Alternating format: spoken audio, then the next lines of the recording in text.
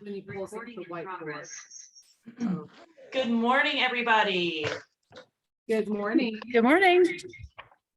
We're gonna have Everybody got their cup of coffee at the ready? No, Oh, no, I wish I but could. need to. So are you Yeah. guys hearing an echo? Yes. All right, so one of us has to turn off. Yeah, and maybe my volume is up too high too, so let me try to turn it down. No, it's us. Oh, Natalie and Pat, is it early enough for you? Nope, not at all.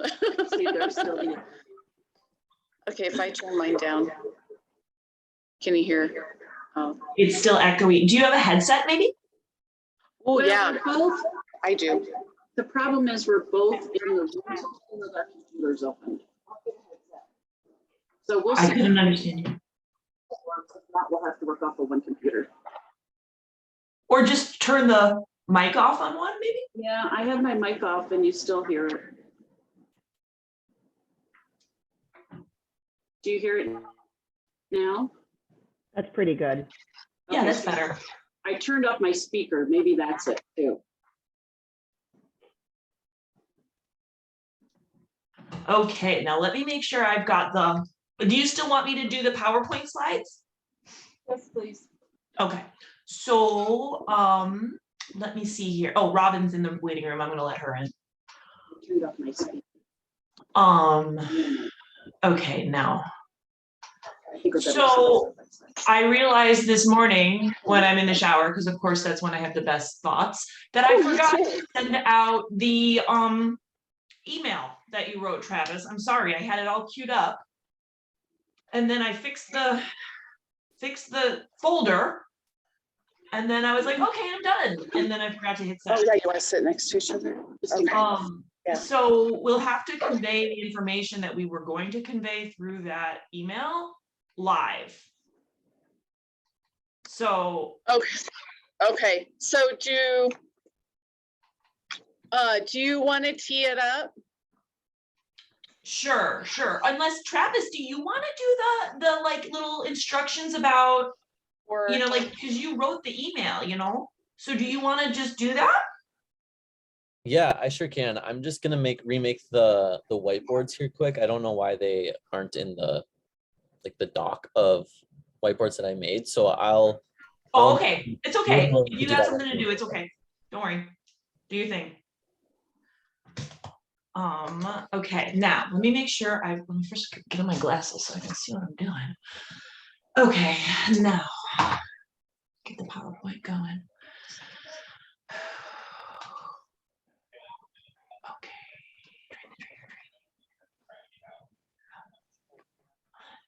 Okay, so Natalie, I am looking at a PowerPoint that says Wisconsin Mentor Train the Trainer Training _PP. correct. Okay, got it. Okay, there's still an echo. We'll just listen. I'll close mine up. Just have to look on yours. I'm gonna leave the meeting. Oh, Okay. Share. Okay. Okay. Is that Um, better? Kate, can you hear me? Yes. Oh, okay. We Oh, just you wanted know to make what? sure. When What? I do, it says sharing your screen will close the whiteboard for everyone. Do you want to continue? Closing which screen? So if I try to put the PowerPoint up on Yeah. my screen, it says it will close the whiteboard for everyone. Do you want to continue? Oh, no. Maybe we have to pivot back and forth between the whiteboard and the PowerPoint. Travis, do you know how that works by any chance? Yeah, I think you might have to pivot between sharing the screen and the whiteboard. So when we want to use the whiteboard, then I'll stop the screen share, huh? Yeah, and I think it should automatically stop your screen share once I hit the whiteboard. But it'll close the whiteboard again once you do start sharing your screen. Okay, now should I go ahead and do that, or are you still working on it? I am still working on them. There I is a whiteboard though for, Yes.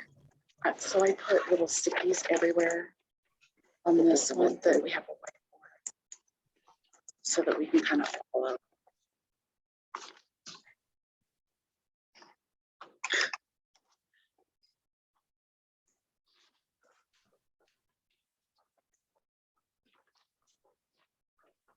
They can go in a chat, right?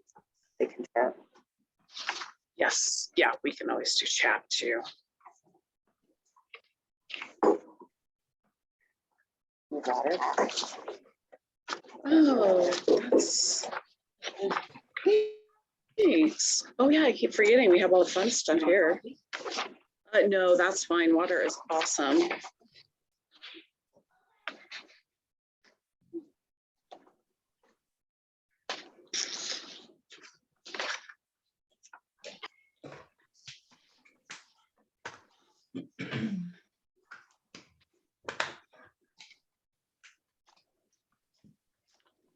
Then I don't need to go through, I'm guessing,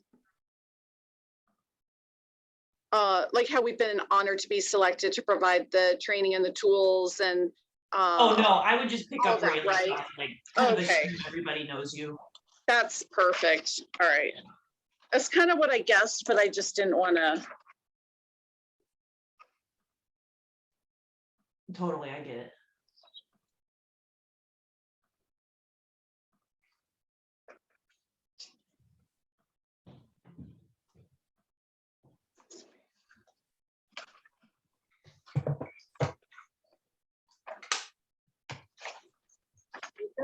Kate, could you possibly make me a co-host? Oh, yeah, am I supposed to be doing that, huh? Yeah. Okay. Make co-host. Robin, you're a co-host. And Natalie, you're a co-host. Jen, We're all co-hosts. you're all Lucky co-hosts. us. Oh my gosh. So for the whiteboards and the poll questions, Travis, you're just going to automatically pull those up in the right with the right time Yeah, on the right slides. I don't see the poll questions coming up here either. This is really confusing to me because everything was like working when I started the meeting like yesterday to look at it. And when Okay, so under more, Travis, like under the more ... under polls, maybe? I don't have that option. Maybe I have to make you the host, perhaps. Let me try to make you the host. Okay. So like when you go down at the bottom where it has like mute, start video, security, blah, blah, blah, all the way to the right-hand side, more. You don't see all I that? have on the bottom are participants, chat, share screen, record, reactions, and whiteboards. Okay, let me make you host and maybe that will fix it. Make host. How about that? No, nothing came up. Let me finish. I mean, I can launch them if you need to, because I see it under mine. Oh, okay. Like Then when I click it, it goes polls, and then the first question is, what type of learner are you? Single choice. Yeah, then that would be perfect. They should be like prompts, or it should be like pretty self-explanatory, like when to launch them.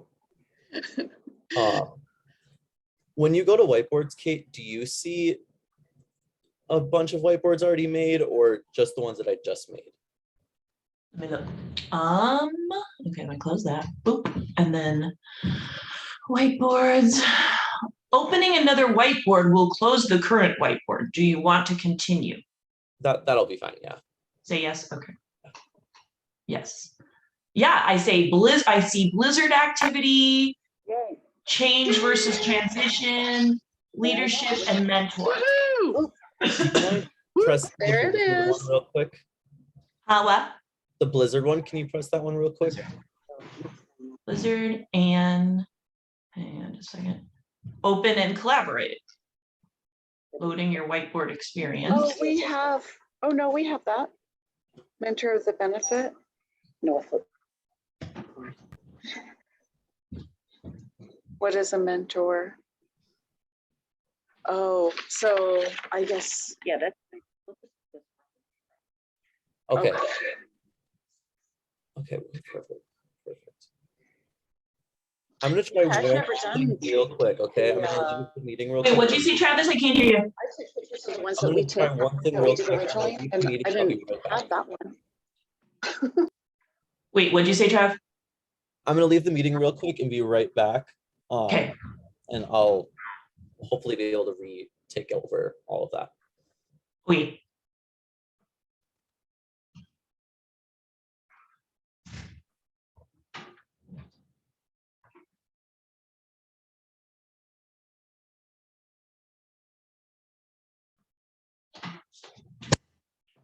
Oh, everybody make sure to mute your phones in case you get a call.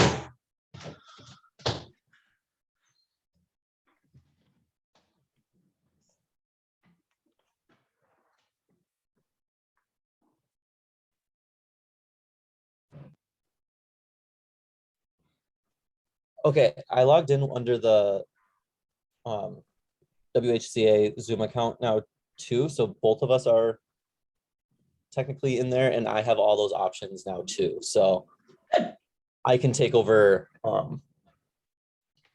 doing the polls and stuff like that. Awesome. Okay. Now, what about the PowerPoint? PowerPoint, I will still need you to do. Cool.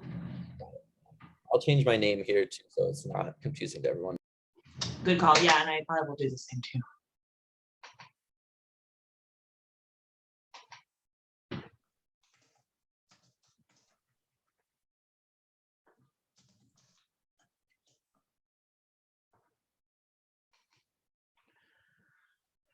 Okay, I'm gonna do start video.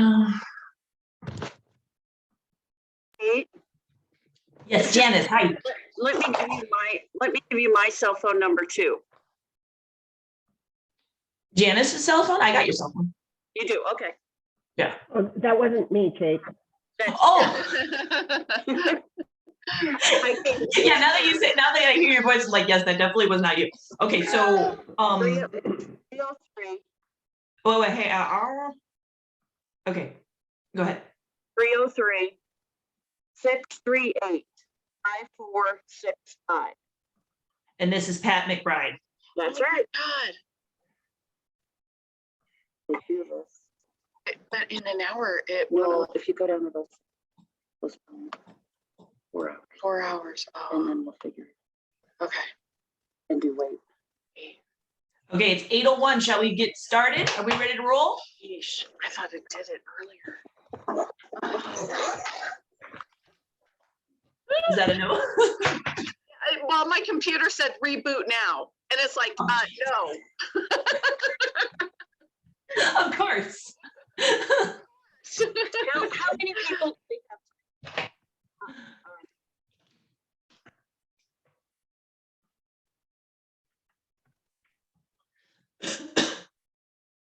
Should be able to. Can you hear Pat?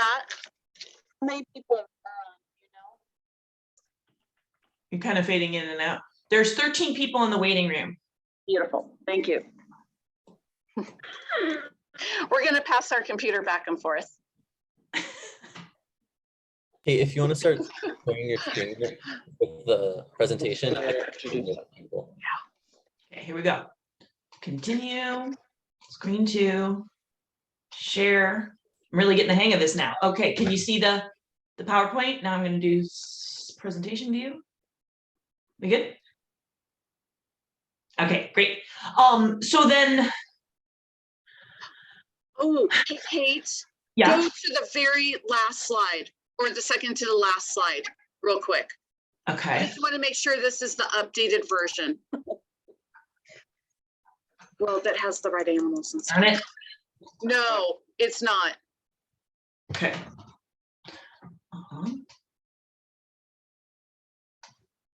Okay, so can you see my my Dropbox screen now?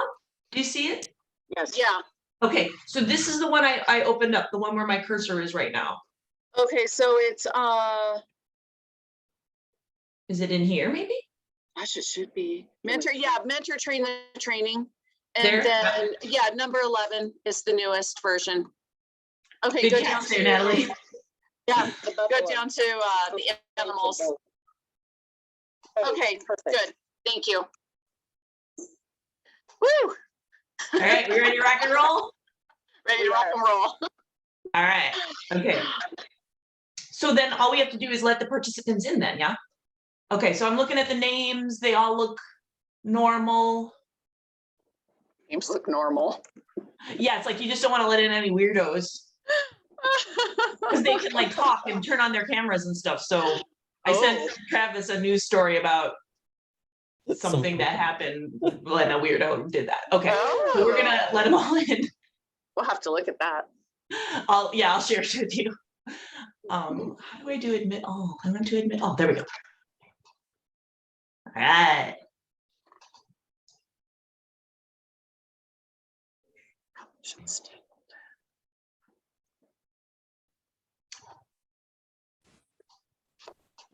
Good morning, everybody.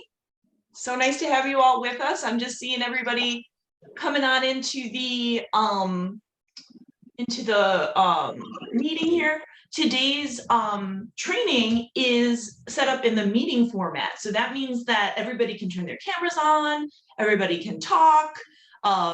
One of the real highlights of the training that Natalie and Pat are going to share with us today is the interactive format. So we're hoping that these next 4 hours can be really exciting and interactive for you. We have saved all of the materials that Pat and Natalie are going to be going over in our online folder. Okay, so Travis, if you could please put the link to the online folder into the chat, then everybody can look at that online folder as we go along. Another suggestion that Natalie and Pat had was that if you have more than one person at your facility who is participating in today's webinar, perhaps you could all go to the same computer, sort of like what Natalie and Pat are doing right now, so that you have that team interaction. It just really, it fosters team closeness, literally. So that's another suggestion that we have that might make today's session even better, is to do that. One thing we will suggest though too is, like, if you aren't talking, like if you don't have something specific to say to the group, put your microphone on mute just so that we don't get the little chatter back and forth. So I think we'll just get started. Natalie Knopp and Pat McBride are here with us. They are mentoring experts. They're here to share their model of mentorship that they developed out there in Colorado. And today they're really focusing on how to train your mentors so that they are ready to teach those competency skills and be the leaders that they are to your new crop of trainees and mentees. So without any further ado, I will hand it over to Natalie and Pat. Thank you both so much for being here. Thank you for having us. We're super excited. We are. We're excited to be spending the next 4 hours with you. If you could turn on your cameras, I think that would make it a little bit more interactive and meaningful. If we all see some warm faces, that'd be great. Yes. It's easier than talking Oh, to Julia, I love your new hair. Hey, someone got a haircut? Nice. That's what I need. Also, if everyone could please type into the chat for others to see your name, position, and community so that we can all get to know each other. Because as Kate shared, this is a really interactive, really fun training that we're going to be doing today. So for today, for the next 4 hours, we're going to have an introduction, which I'll be doing now. And then Pat is going to be defining the program. And then I'll go through communication and Pat will take over for the leadership component. We'll have a break at that point. We're hoping for a 9:25 break, 9:25 to 9:35. Hopefully we can kind of keep on schedule with that. Then after the break, we're going to come back and talk about stress management leading to burnout, and I'll be sharing on that component. And then Pat's going to talk about the adult learner. We'll have another break between 10:50 and 11 o'clock. And when we come back, I'll be talking about managing change.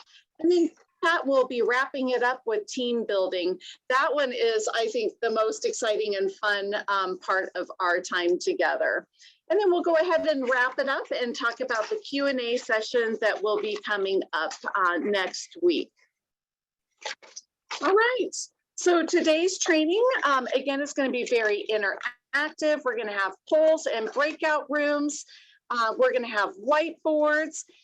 The breakout rooms have been randomly pre-assigned, and so that'll be really fun for others to get to know each other. When we are interacting on the whiteboards, if you could please post your replies using the text option. The circled T on the left sidebar will allow for that option. I'm hoping everyone knows where your restrooms are and where to get water and coffee, so feel free to stand up and use the restroom and grab something to drink whenever you need to. Also, we have those 10-minute breaks that are scheduled. Hoping everyone has arrived alert and enthusiastic as we are this morning. So let's go ahead and get started. If you could please open your Google Drive with the left pocket materials open and follow along during the training.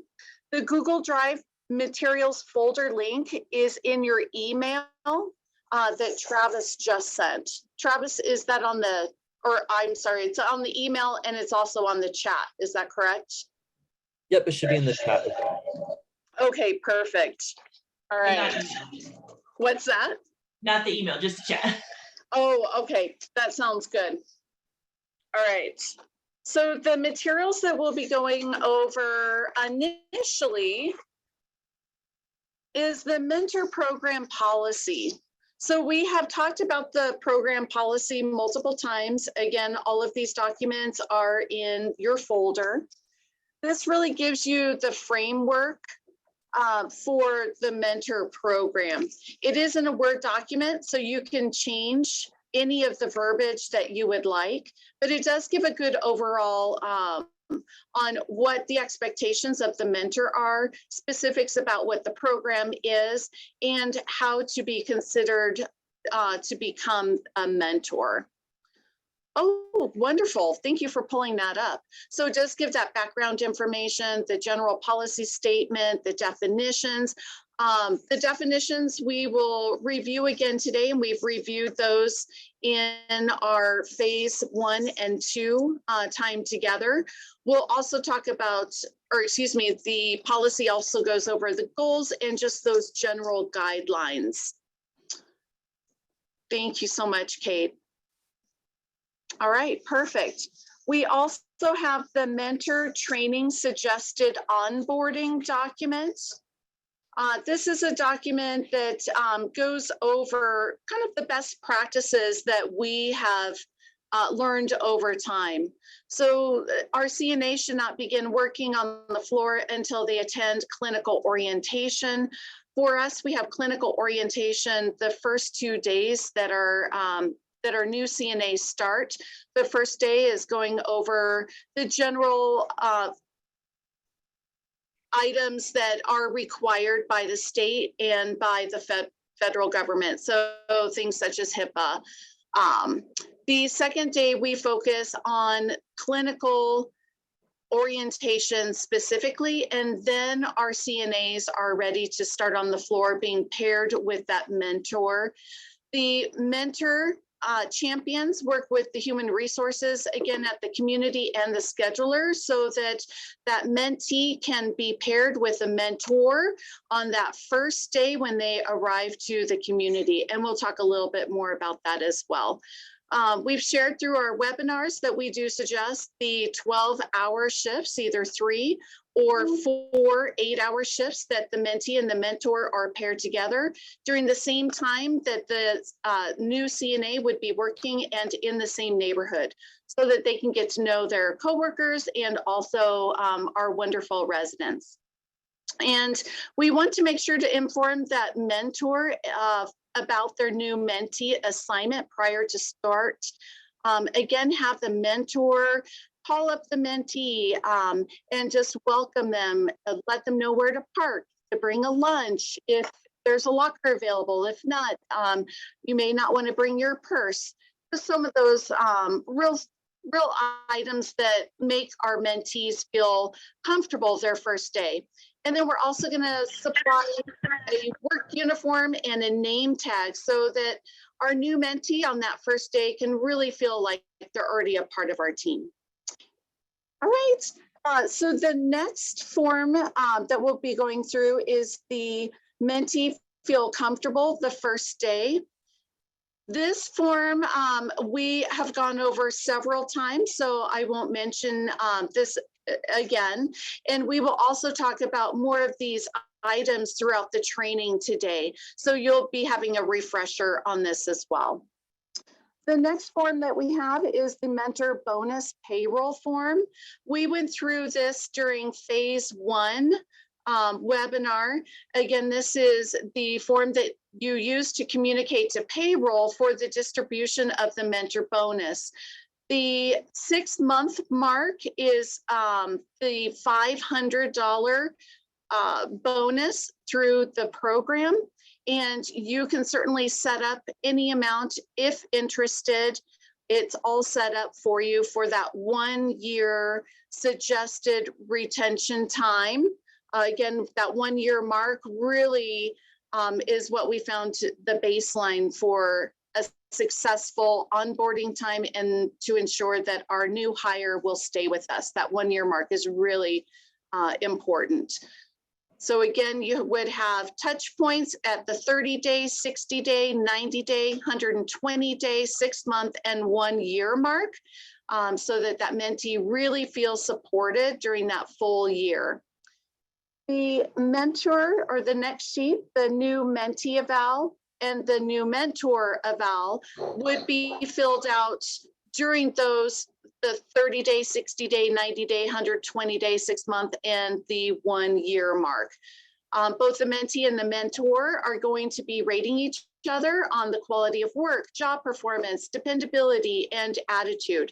What we have found is those 4 qualities really set up our new CNA for success and also set up our mentor for success, because them having continued feedback also helps to improve them as being an amazing mentor in our community.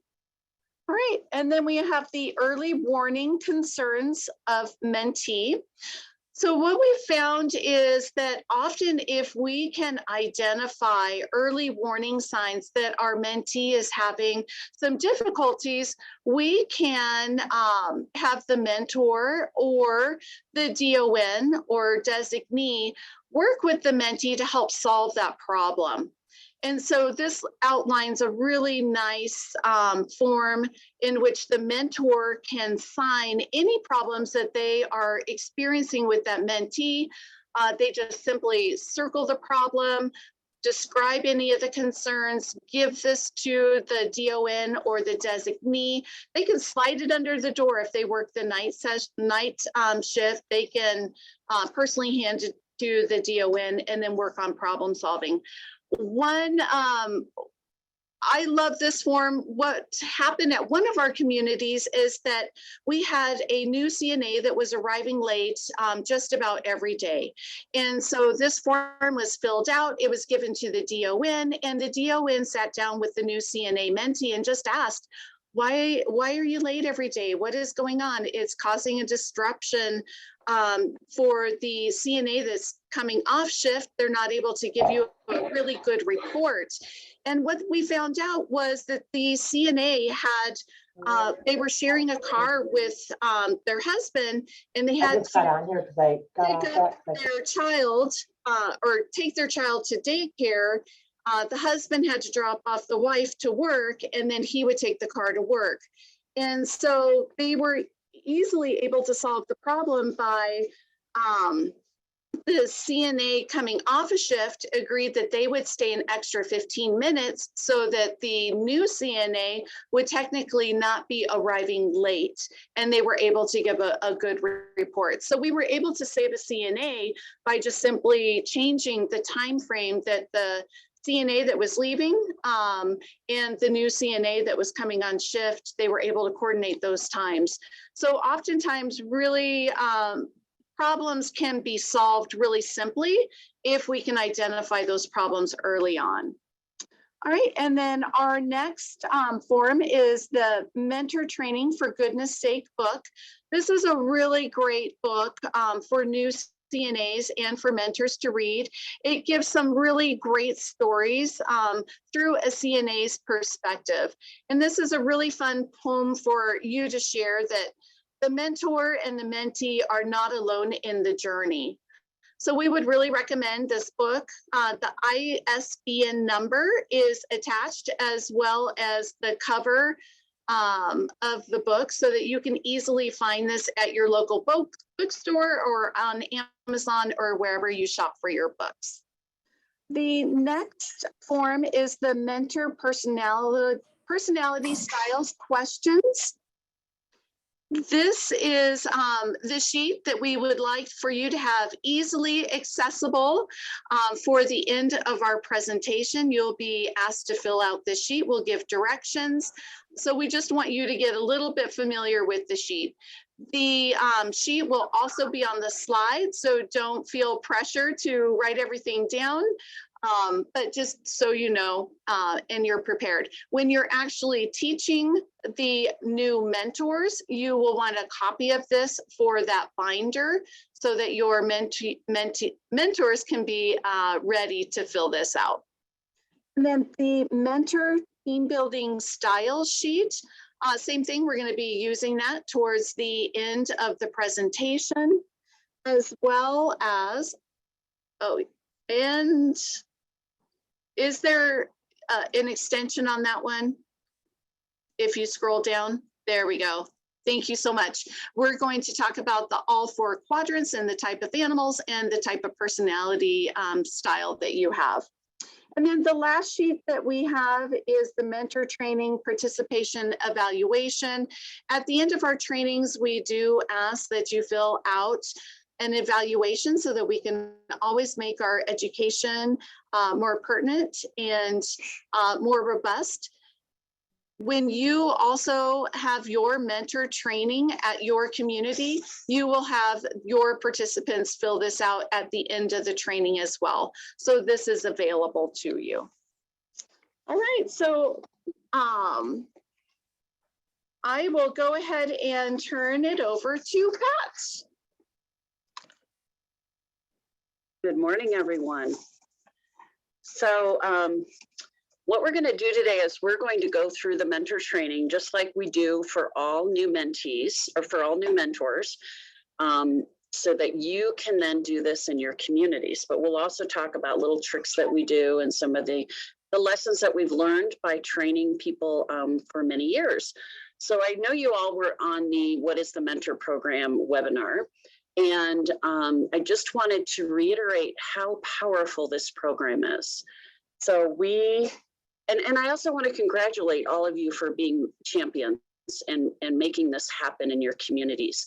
The success of the program will depend on the champions' hard work and their commitment to the program. So, but what'll happen for you, I believe, is that not only will you have better retention, but you'll also start developing mentors. And these people, once they start being developed with skills and learning leadership techniques and all the things we're going to work on today that they'll develop over time, you're going to start seeing leaders in your communities. And what's better than having a leader who is working directly with the residents, who can help you determine what needs to happen to make sure we have really high quality care and that your staff is happy. So it's a great program. We started out in 2010 with a really low retention rate of around 40 to 50%. And I know many of us are in that boat again today, related to COVID and other workforce issues. But we did see a jump once this started and became robust up to around 90% retention rate. And we measure it in the first year. So the program is really developed to address two issues: why our staff leave our industry so quickly. So one of, of course it's pay, that's always one. So we have to make sure we're paying people right. But the other two things is they don't have someone that they can go to and ask those questions that are stupid, right? Or silly questions. So it's important that we create this relationship between the mentor and the mentee. The other thing that people leave for is because they feel like they know how to be a CNA, but they don't know how to do it in your community, because every community has their own rules and regulations and those informal rules as well as the formal rules. So this allows them to know how you, as in your community, want things to be done. And it also helps them with preparing for surveys. It helps with better quality of care. So it allows people to learn in a very safe situation where they can go to their friend who's their mentor and ask those silly questions, right? That we all kind of get a little nervous about asking. And it's a very comfortable place, and it's a non-judgmental place. So before we had the mentor program, people would say, nobody ever told me about walking rounds, for example, in the morning when I came on to the shift. And everybody was yelling at me because I didn't do walking rounds. Well, if you would have told me that that's what we need to do, then I would do it. So it creates somewhat of a uncomfortable, I'll use the extreme word, hostile work environment where people will not stay, they will leave. Versus with the mentor program, the mentor will tell them, hey, listen, my colleagues are telling me that you're not doing walking rounds. Let's go over that again, because that's what we do here. And it might not be what you did where you came from. So it's been successful. It has a lot of fingers to it. So once your mentor program starts, you then may see, like we did, not only retention rates go up to the 80s or 90%, but also your residents are happier because they don't have strangers taking care of them every single day. They're much more satisfied because the CNAs know their routine, they know their simple pleasures, they're able to meet their needs better. It creates a great group of leaders that you can use for focus groups. You can use them for evaluating new equipment. You can use them for, HR questions, all kinds of things, and develop them in all kinds of amazing ways. So we use our mentors to do the first interviews. So we train them how to interview. And so if we have a new CNA, the mentor will interview them first. So that's a great way to make sure we have a culture fit. So the mentor program is very powerful. Your surveys will be better because people have the skills down better with competencies. And overall, you're going to have a better work environment, so your retention will be better. So I know it's going to be hard in the beginning, but hang in there. It'll be worth it in the long run. And I can't wait to hear your success stories about how this impacted your communities. But again, the most important piece in this is the champion, to make sure this works and that it's organized, and that when people say, I need a warm body on the floor, I'm not putting them through the mentor program, you need to say, no, we need to put them through the mentor program because a warm body will leave. If we wait another week or so, get them through the beginning part and then have them work the floor, your chances of retaining them are going to be so much better. So now I want you to put in the chat room another word that you have for mentor. A mentor is a word. So go into the chat room and tell me what another word for mentor is. Amanda says guide. I like that. Role model, Pamela. Sandy, coach. These are all great words. Another coach from Mary. Kenneth, buddy. Work companion, Julia, that's great.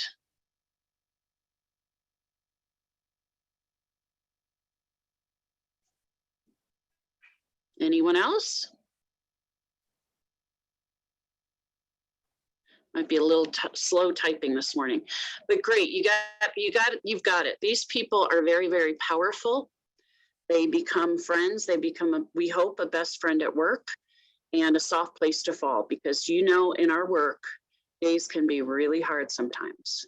And you do need a best friend to rely on and to help guide you through. Be your work buddy, be your companion, be your coach. Okay, so can we do the flip chart, Travis, on the benefits of the mentor program?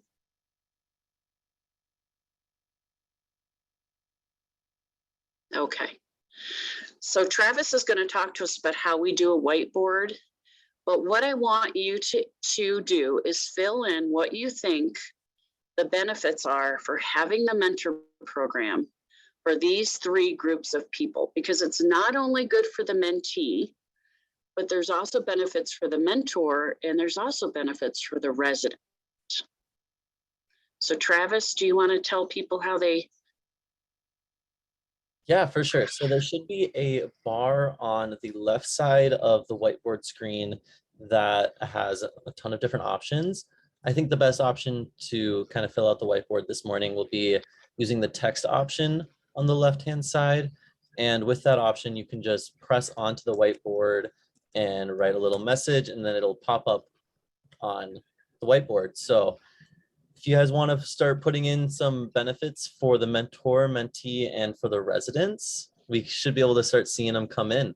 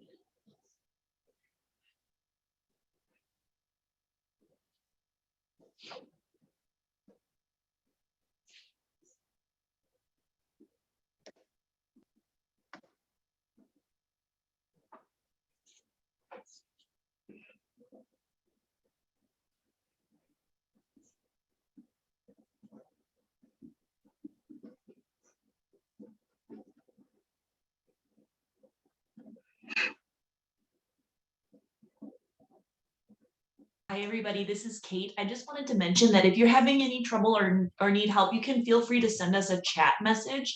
It's possible to change who you're sending it to. So if you don't want everybody in the group to see it, you can just select like Kate or Travis, and we can help you if you're having trouble navigating. But yeah, like what Pat said or what Travis said, just hit that text button, the T on the left-hand side, and then it'll give you a little text box that you can type in to contribute to the group activity.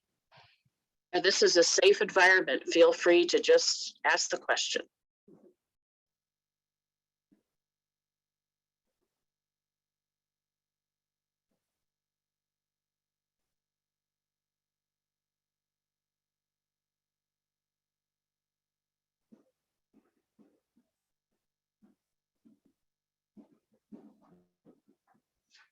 Okay, we'll just wait another minute for people to put in their last thoughts.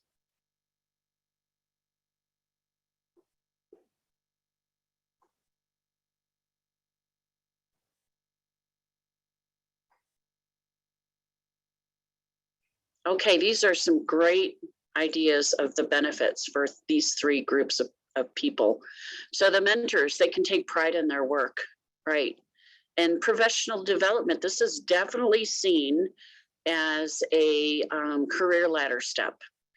This is seen, and it should be, as a leadership position. So it is an elevated role in our communities and one that we really value. And the mentors do feel that. They feel a lot of pride in their work, and they are used in different ways. Very good. Now the mentee. So they're feeling more comfortable in a new environment. They have a go-to person for questions, and they're more confident in how to do their job, both the formal and the informal roles. It's also really, our program's also really good because quite often now in our environment, we have brand new CNAs, and you will in this program. So these are people that just passed the CNA test, just are fresh as can be, which is great because you can make sure that we don't learn shortcuts or bad habits. But as a brand new CNA or a brand new nurse, you want structure. You feel comfortable in that. So as a mentee or a new person coming out as a new CNA, this mentor program is security, and it helps people feel comfortable. They won't just go running off with their hair on fire. And it allows us not to be, as a nursing saying is, eat our young, so that we are, we need to protect people when they're just learning. Comfort, I think that goes under the mentor, or maybe the resident, or it could go under all three of them actually, but providing a comfortable work environment where people feel secure. The resident feels confident, they have a familiar caregiver, and they have better continuity. They know the residents better, and they know their needs and their desire for certain routines and simple pleasures and creature comforts. So it's a better environment for all three groups here. It's not just for the mentee, it goes further than that. And it requires all of us to work together. And what it all boils down to are happier residents and happier staff to take care of them. So now I'm going to turn it back over to Natalie. Thank you, Pat. So we'll go to the next slide, which has the dogs. So communication is the process by which people exchange information, or in this case, dogs. Communication plays an important role in everyday life and helps each of us develop supporting relationships. Good communication is needed in the workplace with your supervisor, coworkers, residents, and families. The information we exchange can be facts, feelings, opinions, or ideas. How does communication take place? Speaking, body language, eye contact, gesture, written message, tone of voice, and listening. Communication also takes place by providing feedback. This allows us to let the sender know what we think is the message, and then check back is asking the receiver for feedback. So something like, what I hear you saying is, would be a great way for check back. Next slide. Communication includes three parts. The sender, this includes the thoughts, feelings, as well as assumptions, beliefs, and attitudes. The message includes words, tone of voice, and body language. Receiver includes thoughts, feelings, assumptions, beliefs, and attitudes. Note that the sender and the receiver have the same adverbs. So in the chat, why do you think the sender and the receiver have the same adverbs?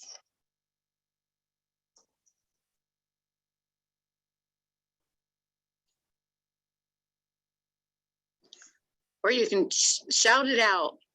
Oh, cute dogs. Yeah, they are super cute, aren't they? The 500 card is on its way. The 500 card is on its way.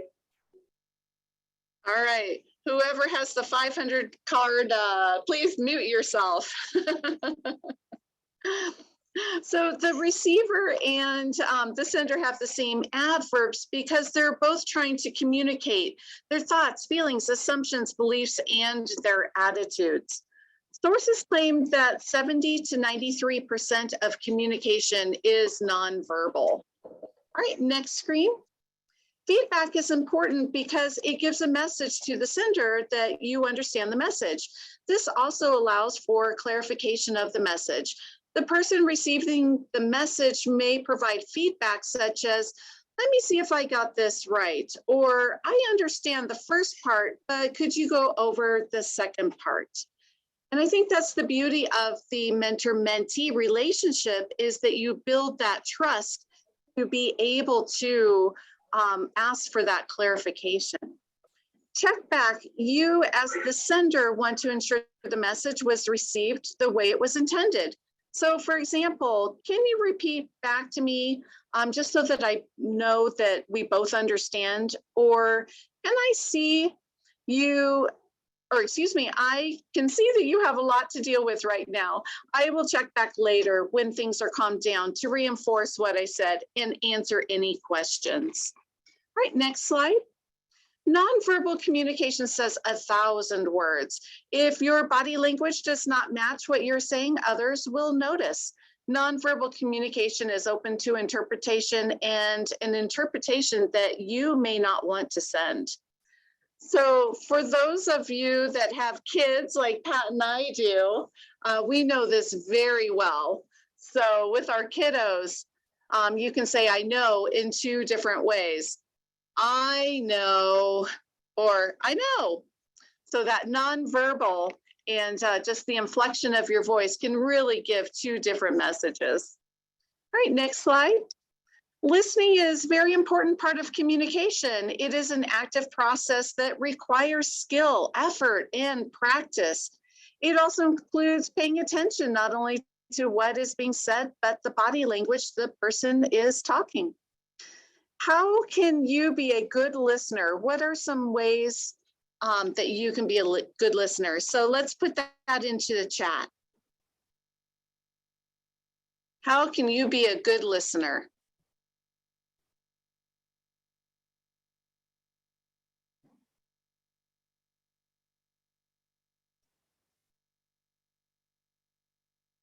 Repeat back. Yes. So what I hear you saying is that's great. Provide eye contact. Yes. Do not interrupt. Eye contact. Eye contact. I love that. Listen closely and do not think about your response while they are talking. Oh, that's a really good one, actually. Yes.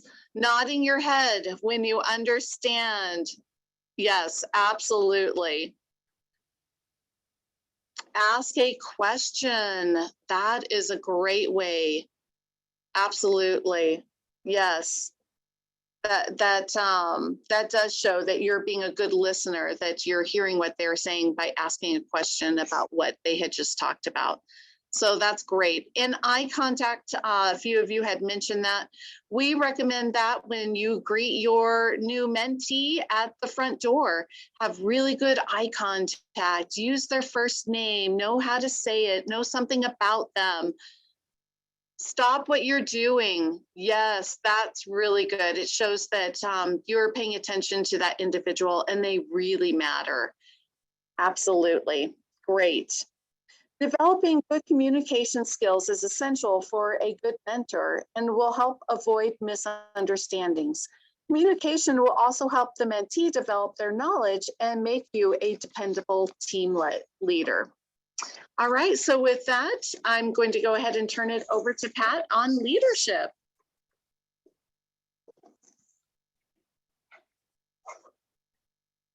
Hope nobody's getting dizzy with us passing the computer around. So it's really important that your mentors know that they have been elevated into a leadership role. And as a leader, they really have to be cognizant of their style and their personality. And they need to learn, this is quite often the first time that your mentors will understand their role as a leader. Many of them are already informal leaders in your communities, and that's why they've been defined as mentors. But it's important that they understand some basic leadership things. So we're going to talk about what is leadership. We're going to do a little quick class exercise and then look about leadership skills. So if we could have the next slide, please. Okay, so a leader is a role model. And it's really important that they understand that it's not just what they say that the mentee and the other their other coworkers are going to take notice to and mirror, but it's also what they do and how they do it. And it's not only when they are formal in their formal mentor process, but it's also in the break room. And it's also when they show up from work. Are they happy? It's about their attitude all the time.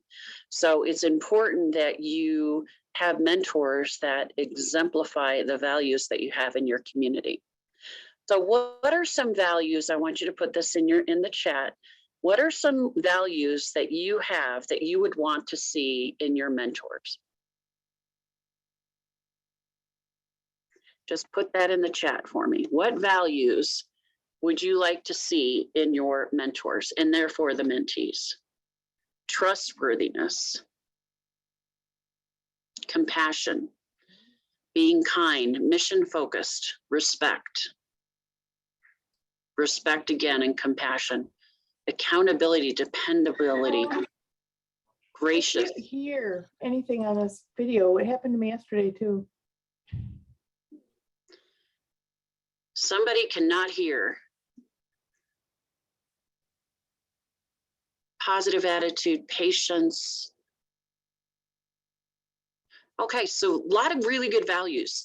And when you are teaching your mentors, you need to say that these are the things that we value at our community. And these are the things that we want you to role model for your mentee, because this is what we want to grow and continue to see happening in our community. Okay, so the other thing is that leaders are problem solvers, right? They have to figure out how to fix a problem, or they better yet, they help people with tools to be able to fix a problem, because things don't always work the way we want it to work. So leadership, they have to take accountability to make something right. And they have the tools. They just need to know that that is one of the roles as a leader, to make a problem go away or fix it. Okay, so let's do a quick flip chart.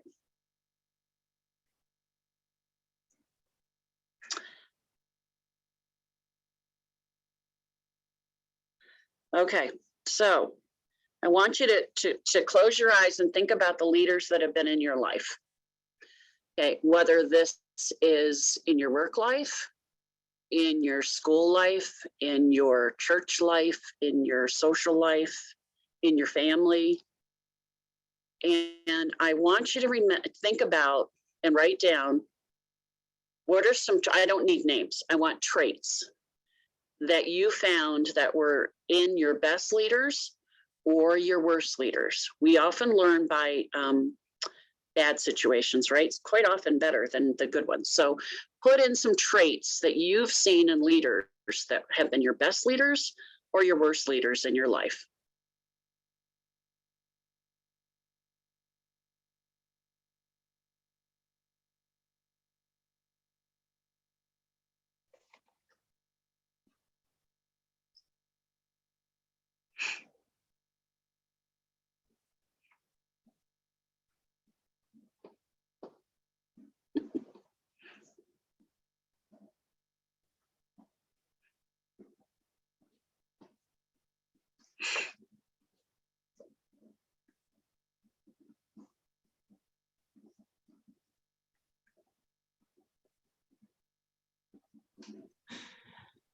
I have to share a little observation with this whiteboard. It's like everybody knows what the bad leaders are right away. That side fills up.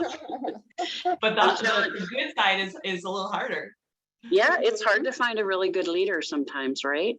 But And again, oh, go ahead, sorry. we learn a lot from our worst leaders, right? It's who we don't want to be.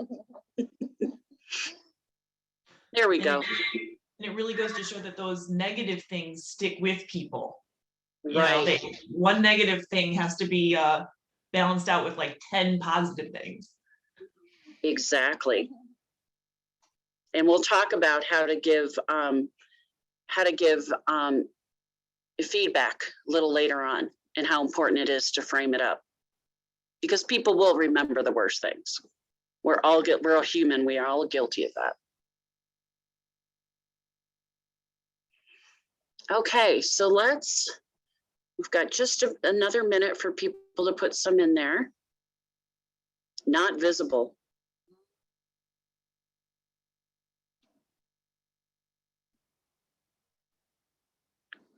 Closed door all the time. Wow.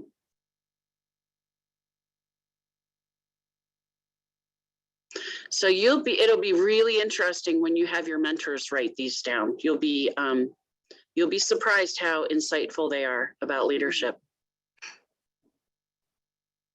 Okay, so let's start with the worst. Let's get the worst out of the way. So they're unavailable, unapproachable. They're closed door all the time, so they're not out and about in the community.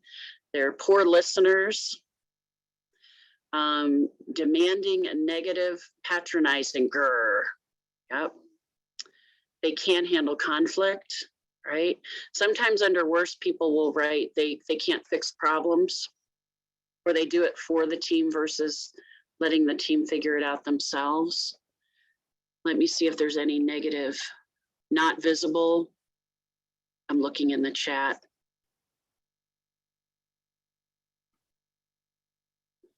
Okay, so we all know a poor leader, don't we? Okay, and that's it under the chat. Now the best are they're caring. They know you as a person, so it's important. And this mentor program is set up that way, that we really know each other. We know how we each learn. We know what makes us tick and what gives us satisfaction. They're kind, they're positive, uplifting, know me as a person, not just as a CNA. They're good listeners, understanding, they're dedicated, they ask lots of questions, and they don't always give you the answers, right? But they let you come up with the answers. So that's a great list. Thank you. So we all know what makes a good leader and what makes a bad leader. So let's go back to the PowerPoint if we could under leadership styles. Thank you for your input, everyone.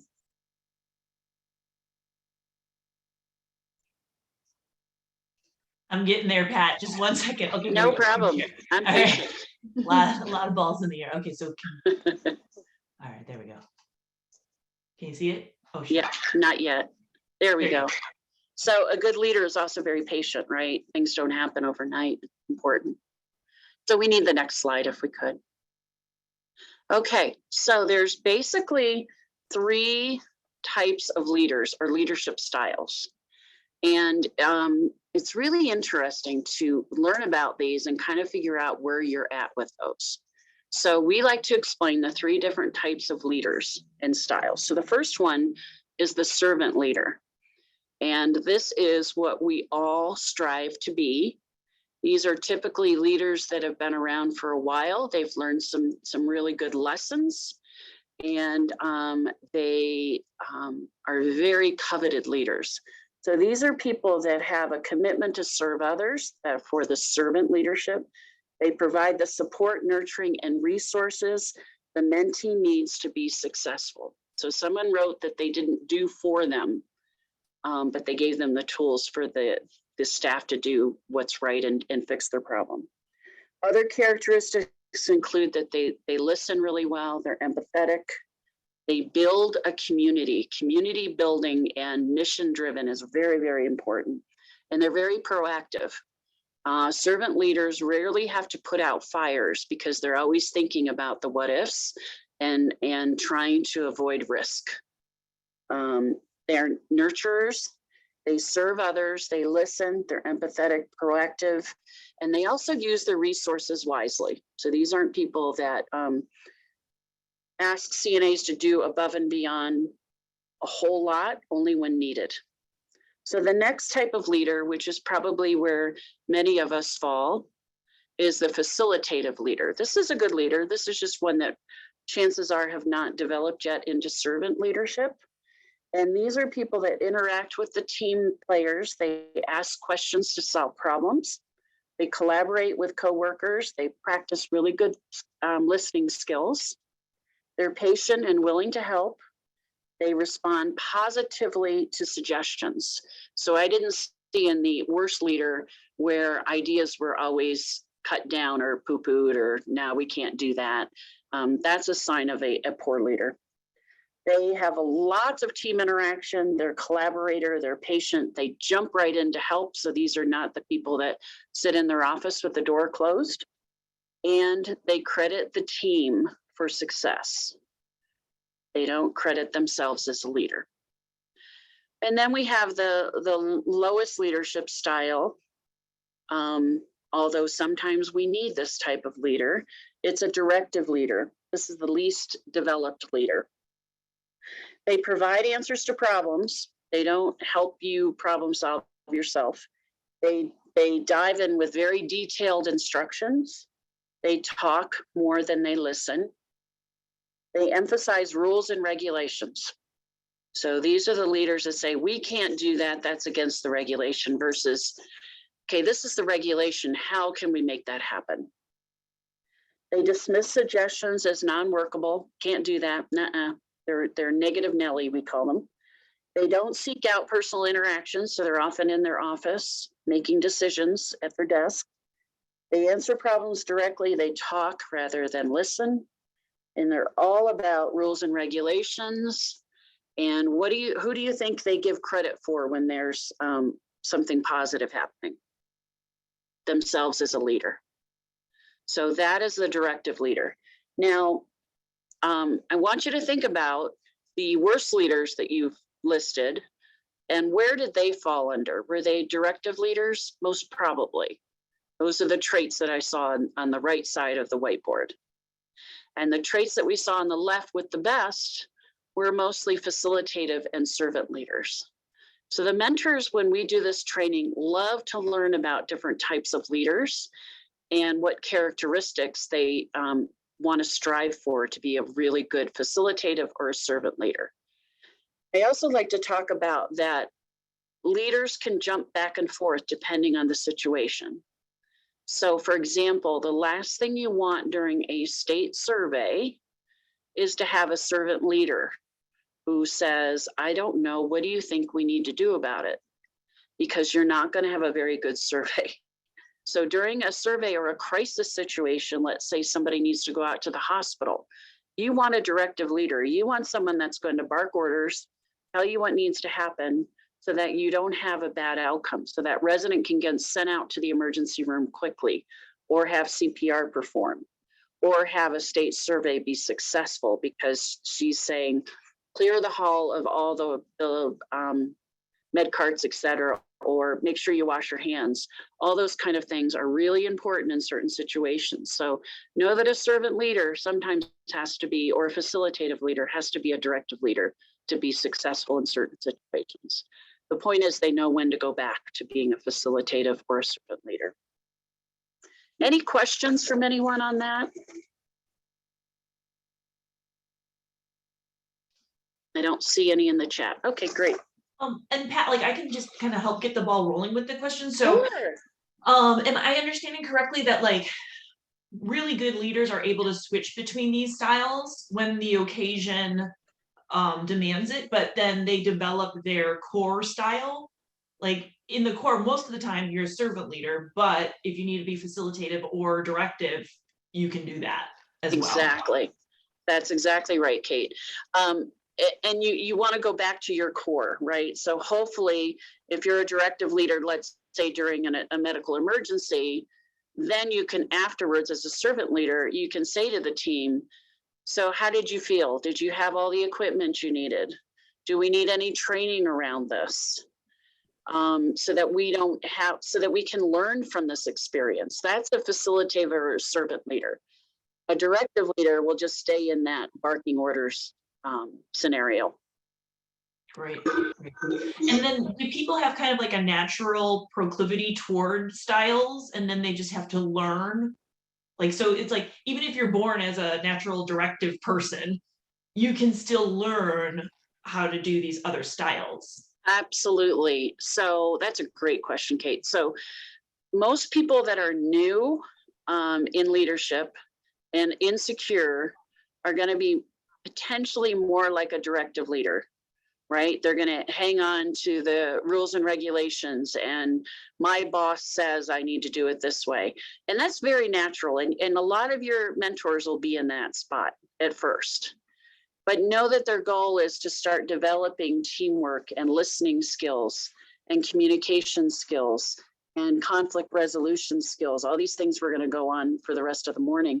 But once they develop those and start using those, they will naturally fit into more of the facilitative leader. And then as years go on, I don't know many servant leaders that aren't in their 50s or 60s, to be honest with you. It's pretty rare. Every once in a while, you can find that amazing person who's born to be a leader. But I don't think people are born to be leaders. I think they are developed.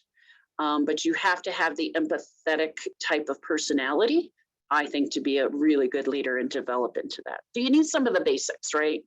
You have to be a good person. You have to be a good listener, empathetic, to be able to move out of the directive leader. And I'm sure those are your mentors that you picked, right? Because those are the characteristics that you were hoping to see in these people and develop. Great. Now, does anybody else want to chime in? We really want to Awesome. make this as interactive as we can so that when you're teaching this to your mentors, you can help get them involved and get them talking so that this stuff really helps sink in once they're able to kind of interact more. So yeah, so if anybody wants to just turn the camera on or just chime in, leave the camera off or chat, you're most welcome to do so. So we'll just keep on going. I'm gonna move it to the next slide. Yeah. Okay. Oh, this one. There we go. So in summary with leadership, as a mentor and anyone in your community, everyone's responsibility to be a leader. It's not someone with the title only, right? But remember, these mentors have got the brand new titles, so they're going to be wearing a different hat as a leader. And that they're leaders, not just 9 to 5, they're leaders all the time. They're leaders in their social media accounts, right? They're leaders in the break room. So it's really important that they understand that. And people learn more by what they see than what you say they should do. And a leader separates the doers from the observers. So your mentors are doers. That's why they've been chosen and they've gone through the application, and quite often they are recommended by their peers as having some leadership qualities. So this is really important, that these people need to be elevated. And leaders do not what's easiest quite often, but they always have to do what's best. So and who they really should be doing what's best for is the resident. So sometimes it's not the easiest for the staff to do certain things, but it's best for the resident. So they have to be and quite often that's the value that, remember we went over what values do you want to instill in your mentors and what your community values. And that might be one that you add, that the residents' needs come first. A leader knows when people need help. So they have to be really intuitive. They have to really listen and watch and observe and jump in when people need help. They want to make sure people can be independent, but it takes a while for people to be able to be independent. So they have to jump in when they need to. But I love this saying that success is measured by the success of those you lead. So remember, as a leader, that you give credit, you give skills and credit to those you lead, not yourself. So now I think we take a break, don't we? Yeah. Oh, perfect. Are we on time? Oh, good. Any questions about leadership? Any concerns you have about your mentors being leaders, developing this trait? Ideas that you might have?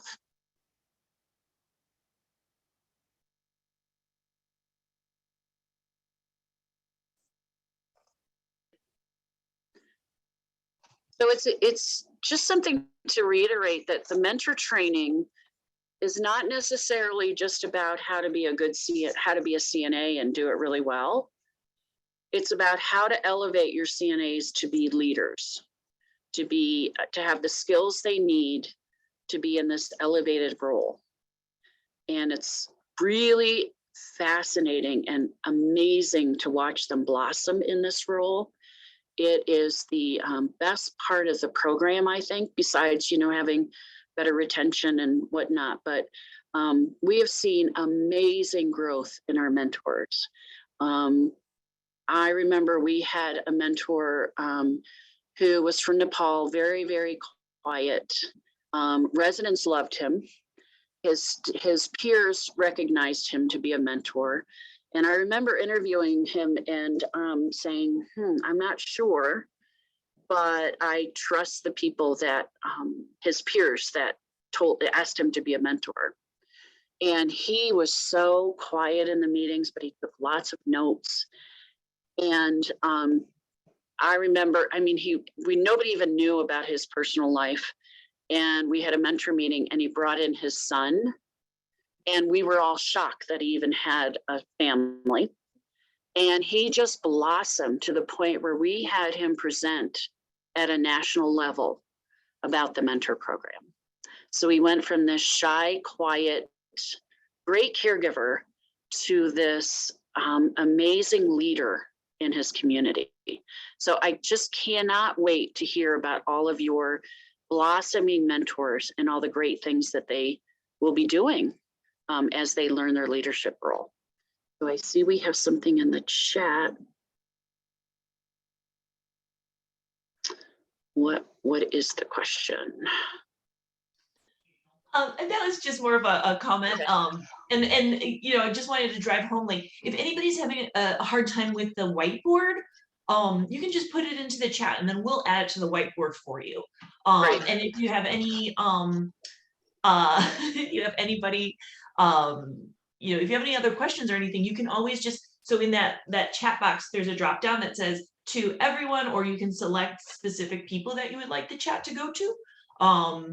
So that's all options. And we just love hearing everybody chime in with any thoughts or, just to share an experience that you've had. Or if you would like to submit like an anonymous question, you can just send your question through the chat box to myself or Travis, and then we can read it for you. And then you don't have to worry if you feel like it's like a silly question or whatnot. So there are no silly questions. That's one of the things the mentor has to tell the mentee first thing. Yes. No silly questions. So are you guys excited to see your mentors grow in this role?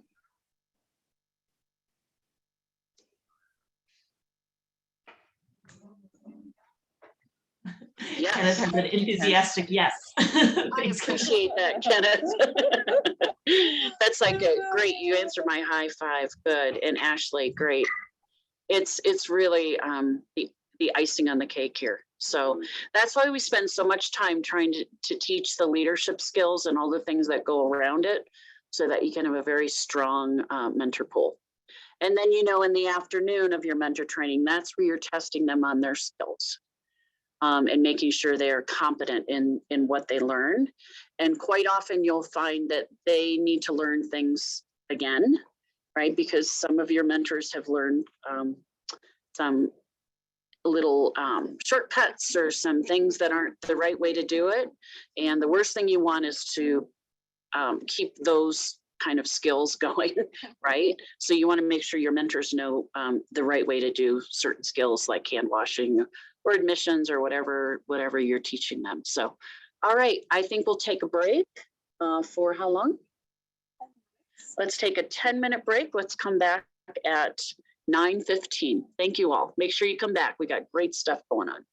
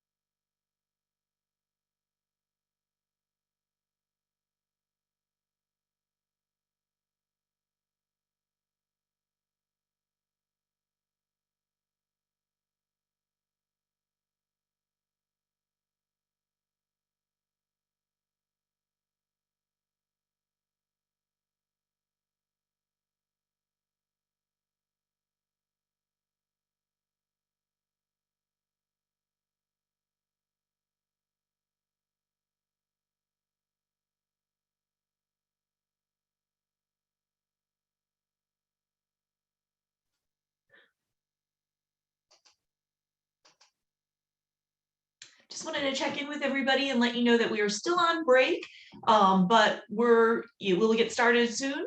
Whenever you want to take it away, Natalie, you can feel free, or if we need a little longer, that's also fine. Oh, you. Just that little thing, right? Yeah. I am only talking to Pat. So is everyone back? Can you tell? I can't tell unless everybody kind of right. checks. Can we do like a quick hi if anybody wants to be brave and turn on their camera and just wave? Yeah, I love that. I have that next on my agenda. Yay! There's Julia Hey, Travis. and Travis. Awesome. Hey, nice to see you. Yeah, I was going to ask the same. Everybody turn on your cameras and let's all wave to each other. Hello from afar. For those of you I've talked to on the phone, it would be nice to see what you look like. Oh, there you go. Yeah. Yeah. And Pat and I were just sharing how different it is when you're giving a presentation via Zoom rather than being in the room together. So we do just want to ask everyone, how's everyone doing? Are you getting the information that you need? Are you learning what you need? Kind of what's the feel? It's hard to tell when we're from afar. And we just want to make sure that everyone's getting what they need. So how's everyone feeling? How's everybody doing? Yeah, thumbs up, thumbs down. There we go. And doing Thanks, good. Ada and Ashley. Doing good. And Pamela. All good. Good. Yay! All right. So just like Kate shared, please feel free to add into the chat at any time. If you have questions at any time, we want to hear your questions. This is supposed to be very interactive. And again, it is a little bit more difficult being from afar because it's, raising your hand in class is a lot different than raising your hand, in Zoom. So please, you do have that option to turn on that mic and ask that question, put it in chat. We are here for you. We want to ensure that you're getting the information that you need. So, all right, so we'll go ahead and get started. We're going to talk about managing stress. All right, and I'll do that. Awesome. Thank you, Kate, for running the slides. That's a huge help. Okay. And Travis for the whiteboards. Yeah, thanks, Travis. All right. So managing stress. Stress is a situation that may or may not be real, perceived as a threat, and something in which the mind and body react with symptoms. If you think that something will happen, whether it does or not, the body reacts the same way. For example, when Pat asked me to come into her office unexpected, so some of you may not be aware, but Pat is my boss.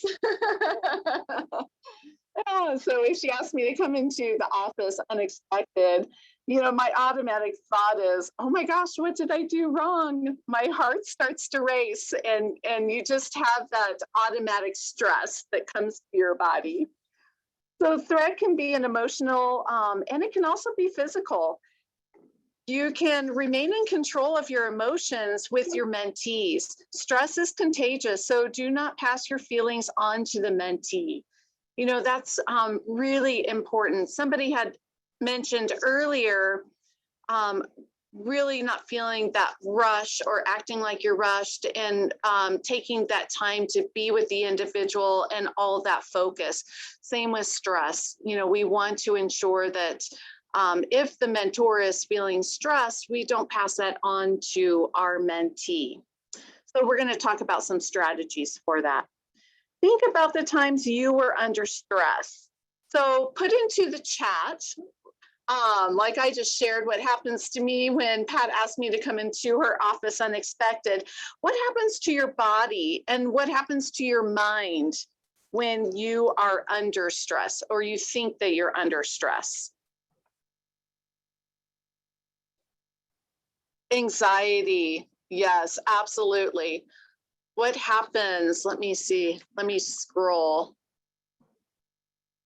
Oh boy, this is coming in fast and furious. I can see everyone feels stressed at some time. Anxiety. Yes, absolutely. Shaky, forgetful, tense, stress, and nervous. Yes, all three of those. Absolutely. Not seeing. Oh, Pat gets flushed. I do too. Yeah. Lose sleep. Yes. Oh my gosh. Yeah, your mind starts racing in the middle of the night, or you wake up really early in the morning or in the middle of the night. And Kate, am I missing any? No, you're doing great. I like the person who said snack. Snack. Oh For my sure. gosh. Yes. And loss of appetite. Yep. Yeah, so either one. Short-tempered, yes. Tense, stressed. Butterflies. Oh, yeah, I get butterflies as well. Butterflies and flushed. Yes, increased heart rate. Tense, less able to think quickly and clearly. Yeah, you're having that fight or flight. Absolutely. All right. Did I miss anybody? I want to make sure I got everyone's. All right, perfect. Thank you, everyone. It looks like everyone has felt stress. All right, next slide, please. So there are 3 ways that we try to manage stress. They are alarm. The heart starts pounding, you get that rush of fear, you look around to see what your options are. So, you know, when I get called into Pat's office, my options are to either run or go in. No, it's never anything bad, by the way. That's what Pat shared. Or there's that fight and flight. The adrenaline rush gives you a burst of energy to think you can fight or remove yourself from the situation, fight. And then you go to rest, to exhaustion. The heart stops pounding, you lose that fear, and your breathing slows down. We continue to neglect this stage at work. We do not allow ourselves to rest and relax from the situation. I think everybody can relate to this. You know, when I was on the floor, it always seemed like I would have a resident that fell, and it was never at the beginning of the shift. It's always at the end when you're trying to give reports. And then you need to, you know, check on your resident, of course, and get them taken care of and then give report. And so you get that adrenaline rush and that burst of energy. But inevitably something else would happen. So you'd have a resident fall, and then you would have an admission. And so you weren't able to take a little break in between that fall and that admission and being able to do your report. And you just go from stressful event to stressful event to stressful event. And you're just not able to take that rest and go to just to be able to calm down and de-stress. So have others experienced that on the floor where you just have that event after event after event? Everyone type into the chat, yes or no. Have you experienced that before? Yeah, it looks like everyone, yes. Yeah. Yes, yes, yes, yes, yeah. Pretty much the entire pandemic experience. Oh my gosh, Pamela, you are so correct about that. Absolutely. Too many times, yes. So it's really important that we teach our mentors that it's okay when one event happens to take a little break. Go into the break room and just have a little snack or some water, breathe, relax, and then go back in onto the floor. It's important that we are able to de-stress in between events so that we're not in that fight or flight all the time and we're not exhausted. And it's important to teach the mentees the same thing. Have staff, oh yes, we have a staff calming room. Tracy, that's awesome. We have that at a few of our communities as well, and it's been really effective. That's great. Can you, Tracy, would you mind unmuting yourself and talking about that? That is amazing.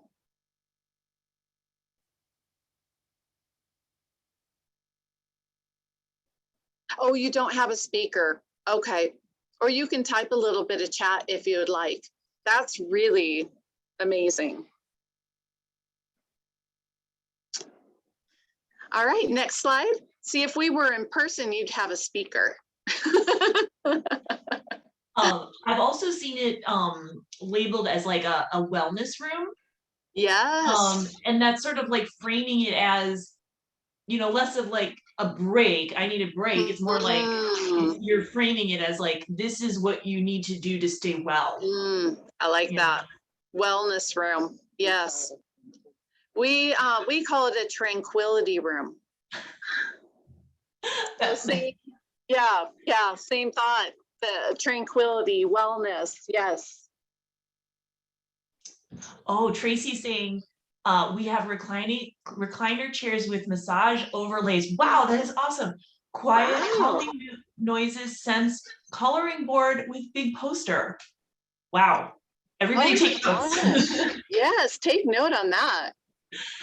And Tracy, I'm interested to know how, what space did you use? Like, was, you know, you still have your break room, I assume, like where people can eat their lunches and stuff, but like, how did you, like, where did you set this up? I'm sure she's like typing away. One good thing too that I've noticed with the wellness rooms is that they can also double as like a mother's nursing room. If you have any staff that are, you know, recently had a child breastfeeding, they can use that room for that purpose as well. Oh, that's a great idea. So Tracy says, we had a training room that wasn't being used that we changed into this space. So that's so creative and such a great idea. I mean, I could see if your facility has excess capacity that you really don't think you're going to use one of these patient rooms anytime in the future, converting that to the wellness room or the tranquility room. And again, just kind of setting that tone of like, it is okay to do this. We are encouraging you to do this. We want you to do well. It's important. Yeah, it's really important. Oh, go ahead. Oh, and I think it's important not to make the wellness room a workroom. So I wouldn't be posting, you know, anything or making anything at all like a workroom. Yeah, keeping it strictly wellness, relaxation, your time alone, time for reflection, no interruptions. Yeah, all those things that are just really essential for us to, again, just be able to rest instead of being exhausted. Yeah, great. Thank you. Yes, thank you, Tracy. Oh, have them put their phones away. Oh, I like that, Heidi. Yes, that's a really, that's a really great idea. No way you can bother me now. I don't have my phone. Perfect. All right, next slide. So burnout.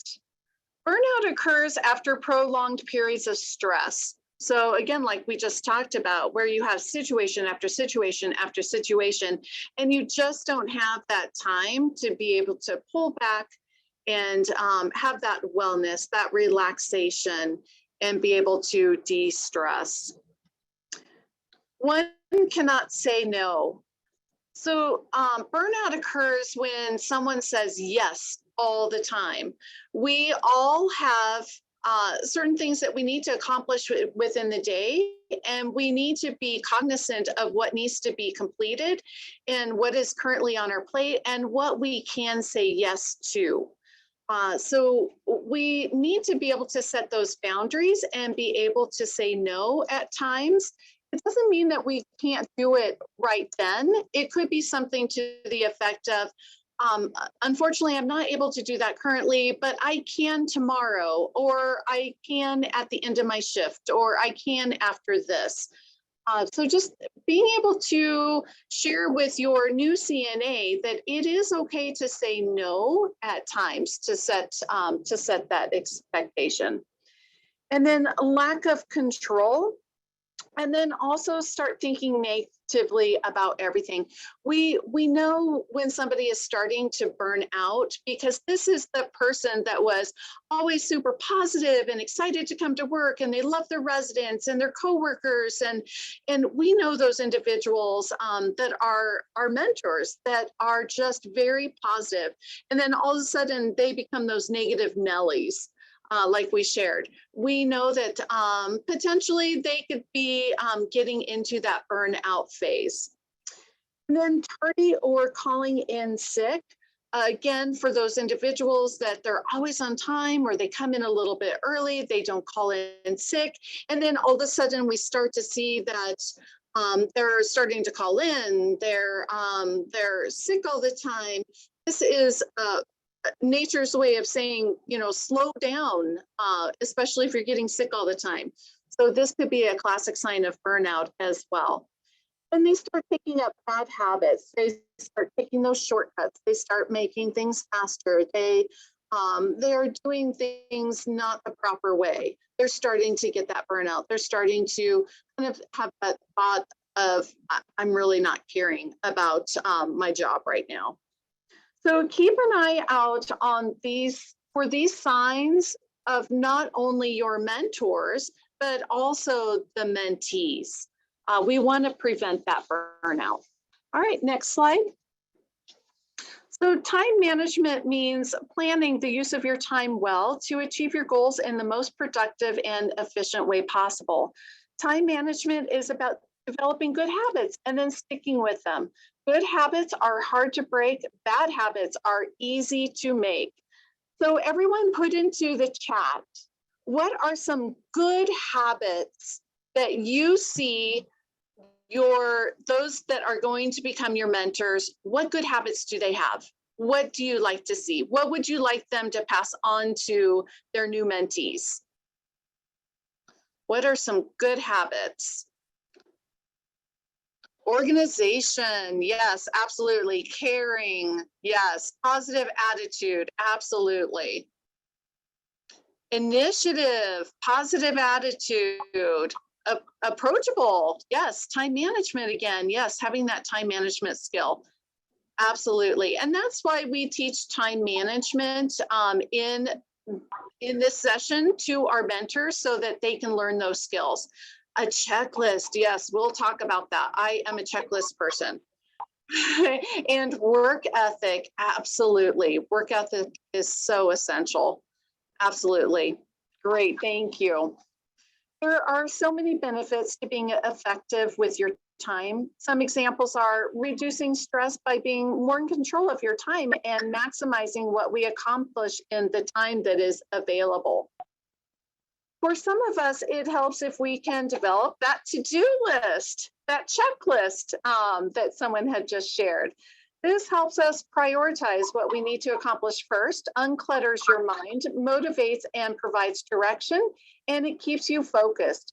Failure to organize your work and give guidance to your mentee to make sure that the tasks that are needing priority get done first can increase your stress level and reduce that poor work performance. So like I shared, I am definitely a to-do list person. It's important that we show our new CNAs how to set your day up for success. So we're going to put together a to-do list. We're going to put down those things that have to be done for sure, those tasks that we have to perform every day, like showers, the vital signs, etc. Show the mentee how to check that off the list to feel like they've been successful for the day. I like that. Work smarter, not harder. Absolutely. I think that's why I use a to-do list. And doesn't it feel good to check it off? Everybody put into the chat, if you use a to-do list, a checklist, does it feel good to check that list off at the end of the day? Goodness, yes, love it. Yes, love checking off tasks, 100%. Yes, for sure. Yes, feel accomplished. Yes, yes, yes. Yeah. Is that the nurse in us?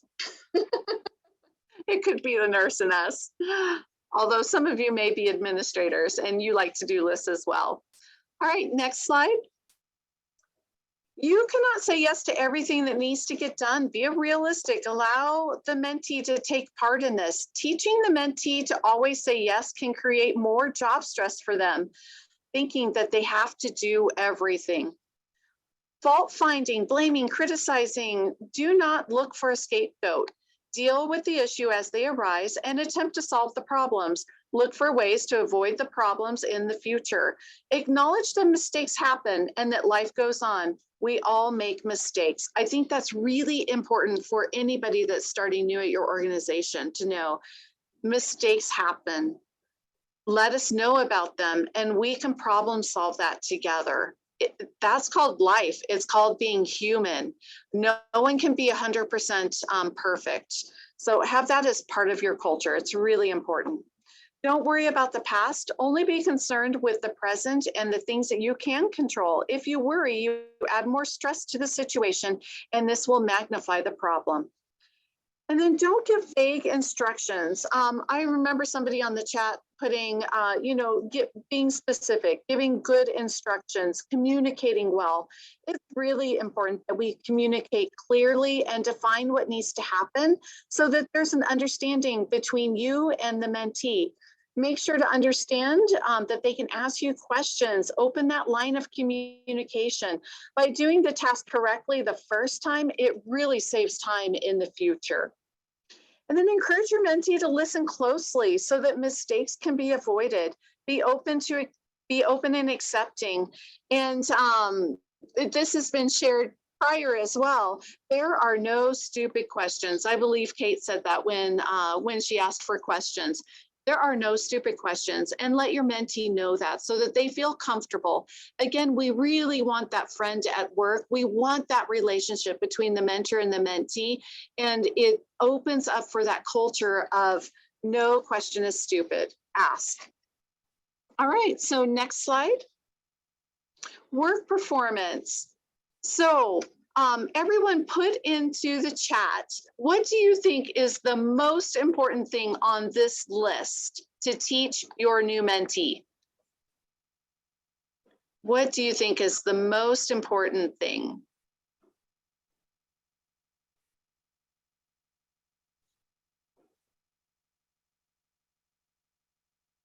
What is the most important work trait? Balance, be flexible. Things always change. Yes, be flexible, balance. Oh, love it. Be open, accurate documentation. Oh my gosh. Yes, that is huge for us as well. It really helps to save potential problems from getting larger. Communication, yes, absolutely.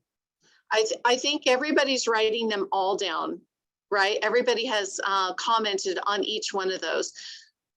It's really important that our mentor teaches our mentees how to have good work performance ethics.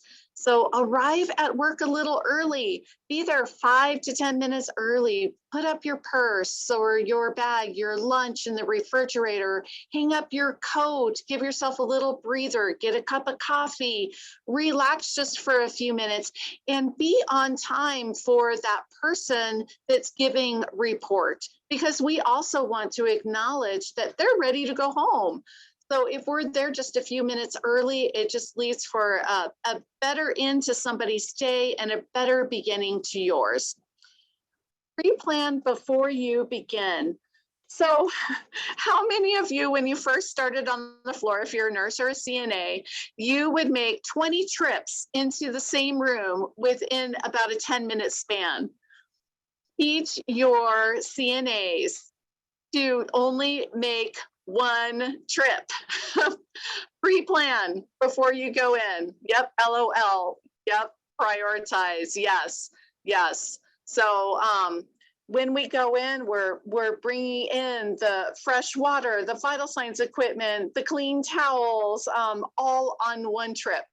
So teach the mentee how to do that as well, especially with these individuals not having worked in our industry before. It'll save them a lot of time. Keep that to-do list handy, like we talked about. Check it off, feel that success. Combine tasks again when possible. Be flexible. Somebody put that in as one of the most important. I think in the healthcare industry, it is super important. I will start my day off thinking it's going to be one way, and it inevitably is always something else. Things happen in healthcare, so we need to be flexible. Don't sacrifice quality for speed. This is really important. Quality of care for our residents is always top priority.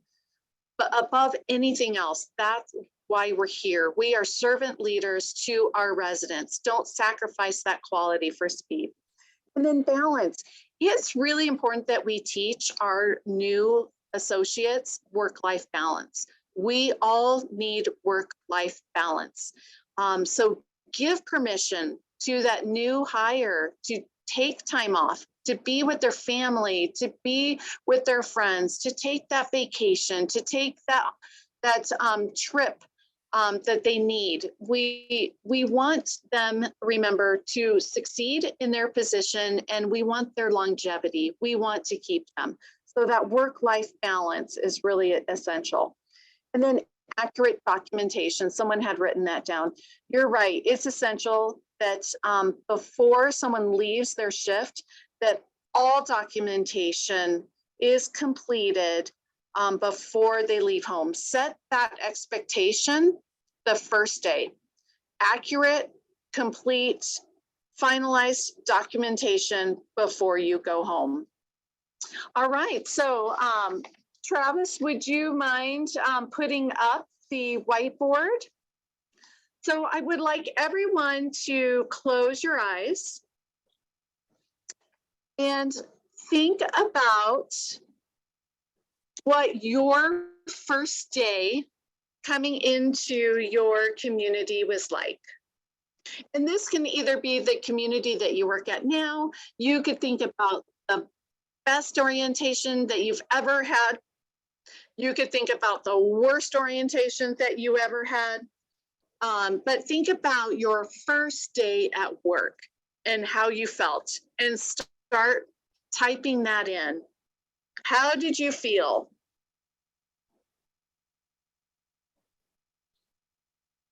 Excited, yes. We'll wait a few minutes for everybody to get that in. I do see on the chat, anxious, scared, nervous. Yes, absolutely. If you can't write it on the whiteboard, feel free to put it into the chat. And we'll get that onto the whiteboard. Also, if you're on the phone and you're not able to type into the chat, you can just unmute yourself and just say what you're thinking, and we can add it to the whiteboard. Beautiful, thank you. Same thing goes if you're on the computer and you just don't want to type or can't find the chat board, you just go ahead and say what you're thinking. Love it. Say what you think.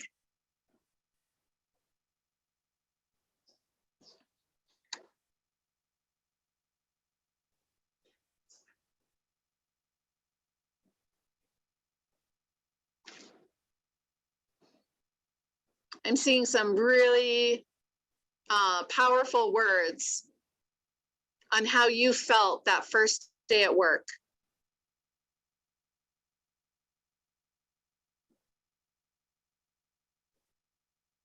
We'll give it just another few minutes for everyone to have a chance to type that in.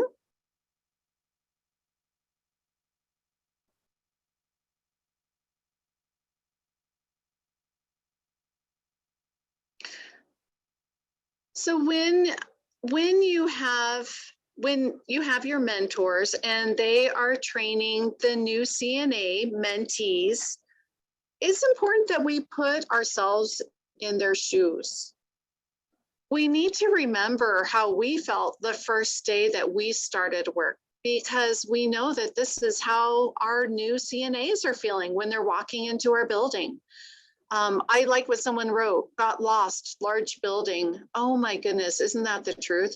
Our communities are so large. And I remember when I first started at one of my communities, all the hallways looked exactly the same. The only way I could tell them apart was that they had different paintings going into the hallways. So I don't know if anyone else can relate to that, but they're just so large. Information overload, absolutely. We're throwing so many things in at this new person that is starting. There's so much information. Every community is different. Everyone has different policies, procedures, a different culture, different residents, different care needs, different equipment, different ways to do things. It's all very overwhelming. Nervous, absolutely. Will they like me? Will I like them? I don't know anyone. I don't know the residents. Will I remember their name? I was scared. Yes, absolutely. I was scared too my first day.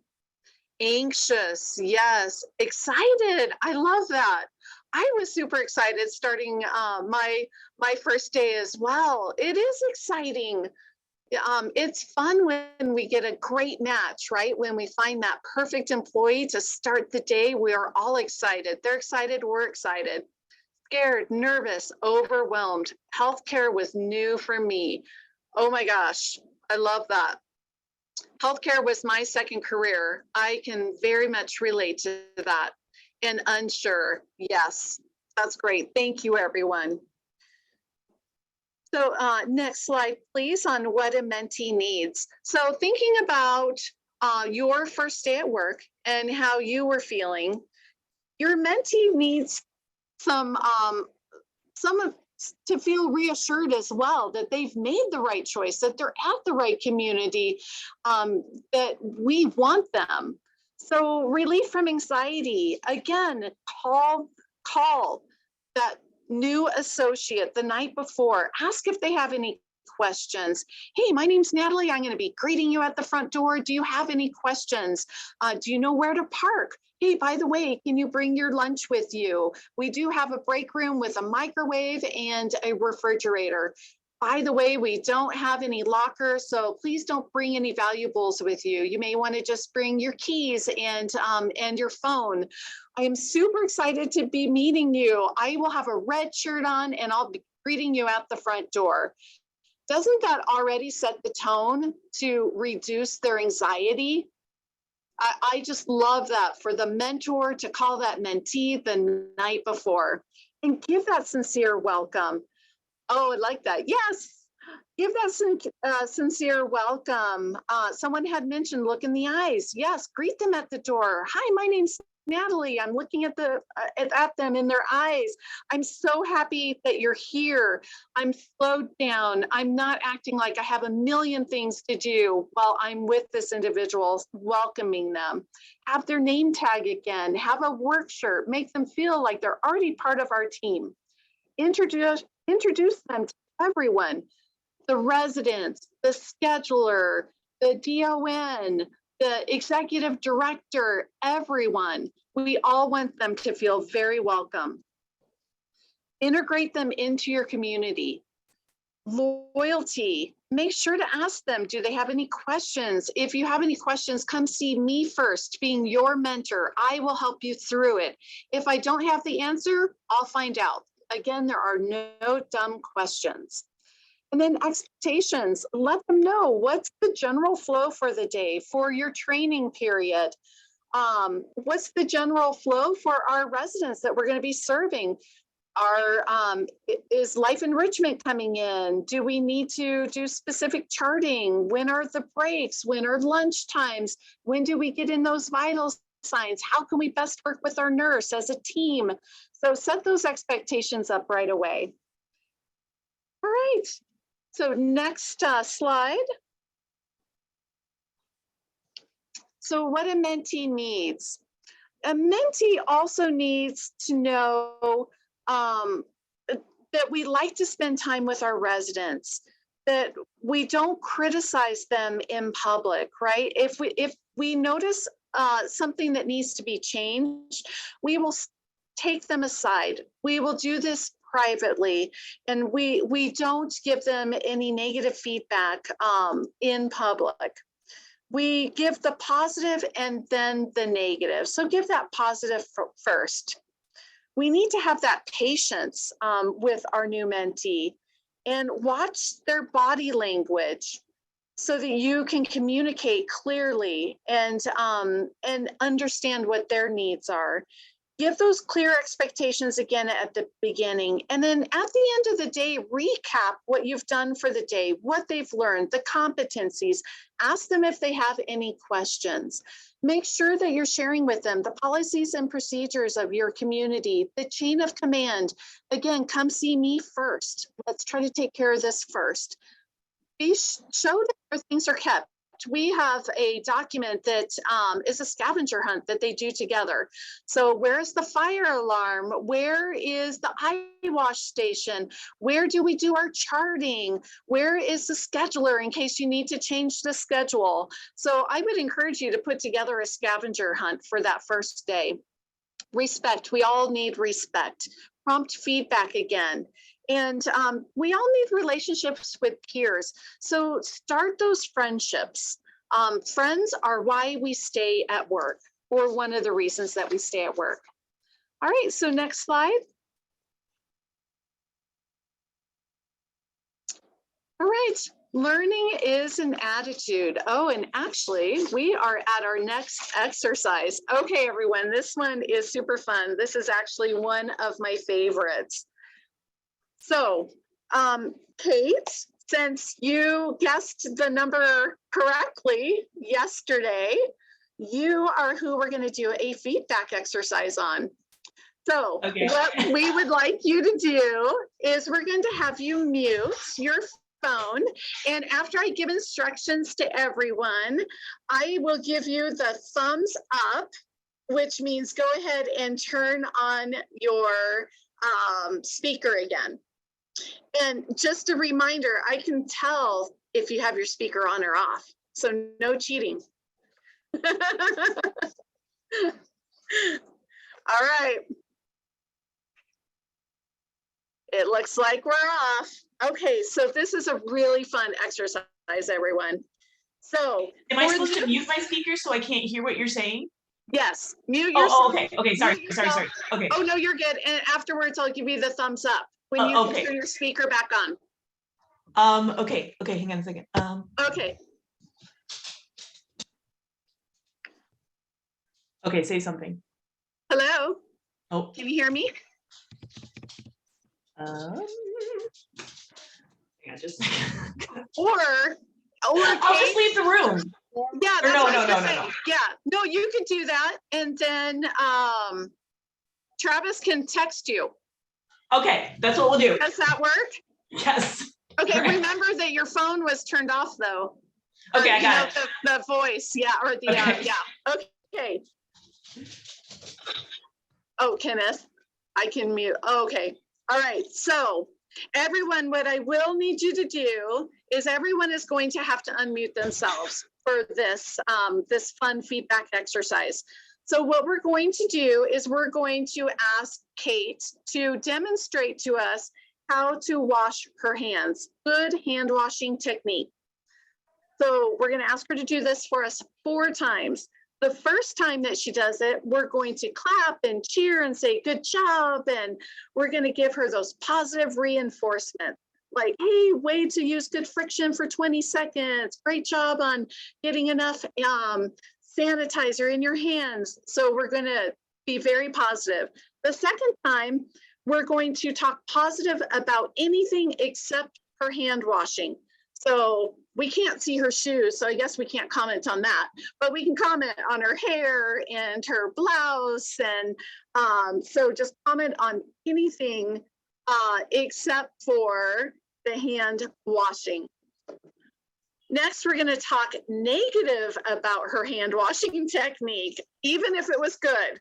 So, for example, did you only show us hand washing for 5 seconds? Isn't it 20?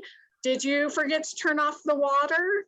So we're going to talk negative. And then the last time, the 4th time that she's going to demonstrate, we're not going to say anything. And we're just going to look at her.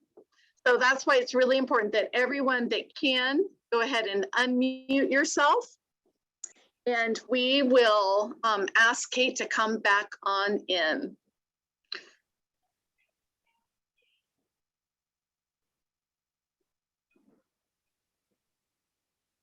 All right, so everybody talk. So I know that everyone is unmuted because it can't just be Pat and I. Say hello if you're Hello. unmuted. Hello. Hi, this is Pam. Hi, Pam. Nice to see you. I see your name pop up all the time, so that's great. And Kenneth, same thing. And Nancy, I don't know if she has a speaker or not.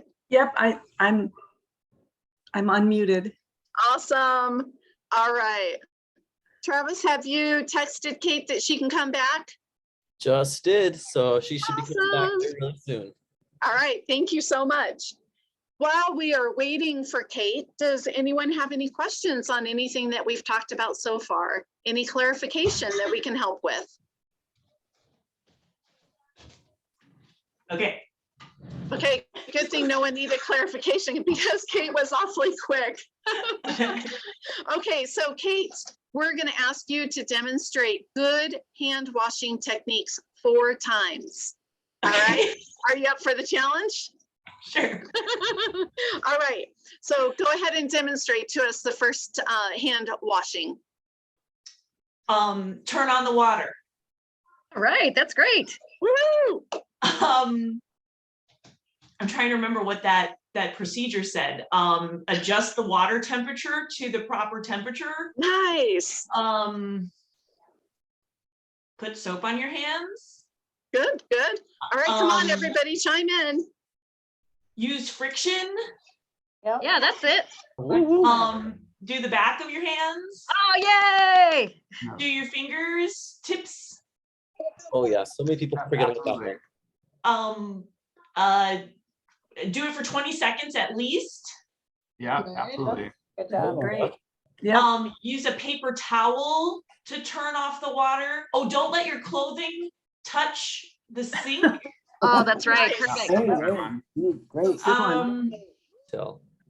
And don't touch the faucet when you're turning it off. Use the paper towel to turn it off. That's excellent. Yay. Throw Nice. away the paper towel and don't touch the trash can when you're doing that. Then put the sanitizer on your hands afterwards too. Wow, that's like doubling down. Nice job. Okay, I thought that was the last step in the protocol, was like put on the hand sanitizer too. Good job, Kate. All right. Great. All right, can you demonstrate that to us the second time? Okay. You have to turn on the water and adjust the temperature properly. Oh, Kate, I Um, love your You glasses. are. Okay. And then you don't touch the sink. Don't let your clothing touch the sink. The plant in the background's really pretty. What'd you say? So the plant in the background's really pretty. Oh, thank you. Hey, I love it's your not real. glasses. They make you look so smart. Oh, I get, okay, yeah, so I'm getting distracted, so I'm not doing it properly, right? Okay, so then I'm gonna put soap on my hands and I'm gonna rub them, really with friction. And I'm gonna do the back of my hands and I'm gonna do You my have fingers. incredibly beautiful hair. Yeah, it really is pretty. Uh-huh. And then you have to do it for at least 20 seconds. And such a beautiful smile. And then you don't touch the sink again. Is that a garden in your background? It does kind of look like it, doesn't it? It's gorgeous. It is. And don't touch the sink when you don't touch anything. Your I office like is the color of your organized. blouse. I wish my office was as Paper organized as towel. yours. Don't touch the trash can when you throw away the paper towel, and then put the hand Love sanitizer. your enthusiasm. You're just so upbeat all the time. Mhm. Yes. Did I get it right? Was that it? Did I forget anything? Don't touch anything, basically, was my takeaway. That's a really big window behind you. You're so lucky. Wow, nice bright light. Great. So can you demonstrate hand washing a third time for us?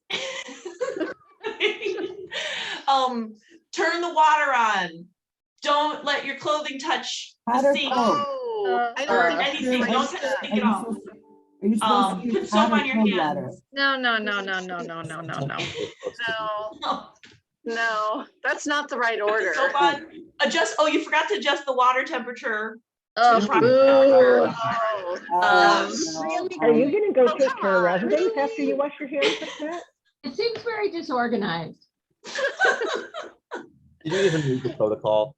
Don't Don't touch the sink again. protocol. Use a paper towel. Throw away, and then use hand sanitizer. Oh, gosh, I don't know, Kate. Was that 20 seconds? I'm fired. Wow, yeah, that really wasn't a good job. Okay, No. well, No. all right, we might re-preview. Can you show us a fourth time how to Okay. wash your hands? Turn on the water and adjust it properly. So it's the right temperature. Put soap on your hands. Rub your hands for 20 seconds in the back and on the fingertips. Turn off, don't touch the sink when you turn off the water. Don't let your clothing touch the sink. Turn off the faucet with the paper towel. And throw the paper towel away. Don't touch the garbage can. And then do the sanitizer, I think. Right. Is that right? Do I get fired? So Kate, great job. First of all, everyone give a big round of applause to Kate. Big thumbs up if you have your screen on. So Kate, can you share with us, how did it feel when we were giving you really positive feedback on your hand washing techniques that first time? How did that feel? Good. But I was also like, wait, what am I doing? Like, I was splitting my attention. But it was good. Yeah, but it felt good. Right. Maybe I'm like too task oriented here of like, am I doing the task properly? Yeah, I think we were probably doing a little too much, right? Yes. How did it feel when we were talking positively about anything except your hand washing technique?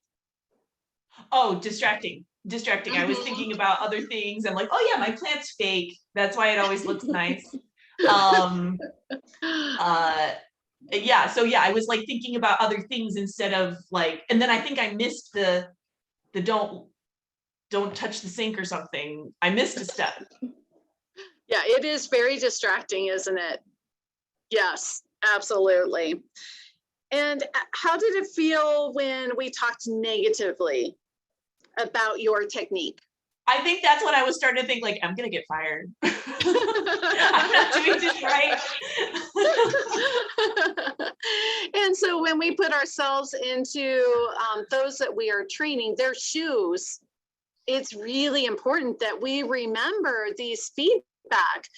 And especially that last time, how did it feel when nothing was said? When no one said anything positive or negative or anything at all? How did that feel? I was able to think about what the steps were better. To try to visualize, okay, what did the first thing say? What did the second thing say? But then, I think that was better, right? But how did it make you feel when you had no feedback? Oh, I was like wondering again, like, am I doing this right? Am Yeah, I gonna get fired? yeah, exactly. So good job. I think this is a great technique to use with your, well, you'll teach it for your mentors. It's just a really good reminder that feedback is really essential, but it needs to be good feedback at the right time with the right skill or the right activity that we're doing, right? So if we are, let's say, draining a Foley catheter, if someone is not doing the technique correctly, it is important that we stop that individual and we explain it in a really great way, that we're giving good feedback, that it's being received the correct way, and not giving feedback that could be taken harshly, especially in front of others or a resident. And at the same time, not giving any feedback can really make your mentee wonder, are they doing their job right? Am I doing it right? Am I not? You know, no feedback can be just as harmful as negative or too much or not the right. So put yourself in your mentee's shoes when you're training and giving the proper feedback at the right time. What did everyone else think about the exercise? Is that helpful for everyone? Any thoughts on that? What do you think was the most difficult to watch Kate go through?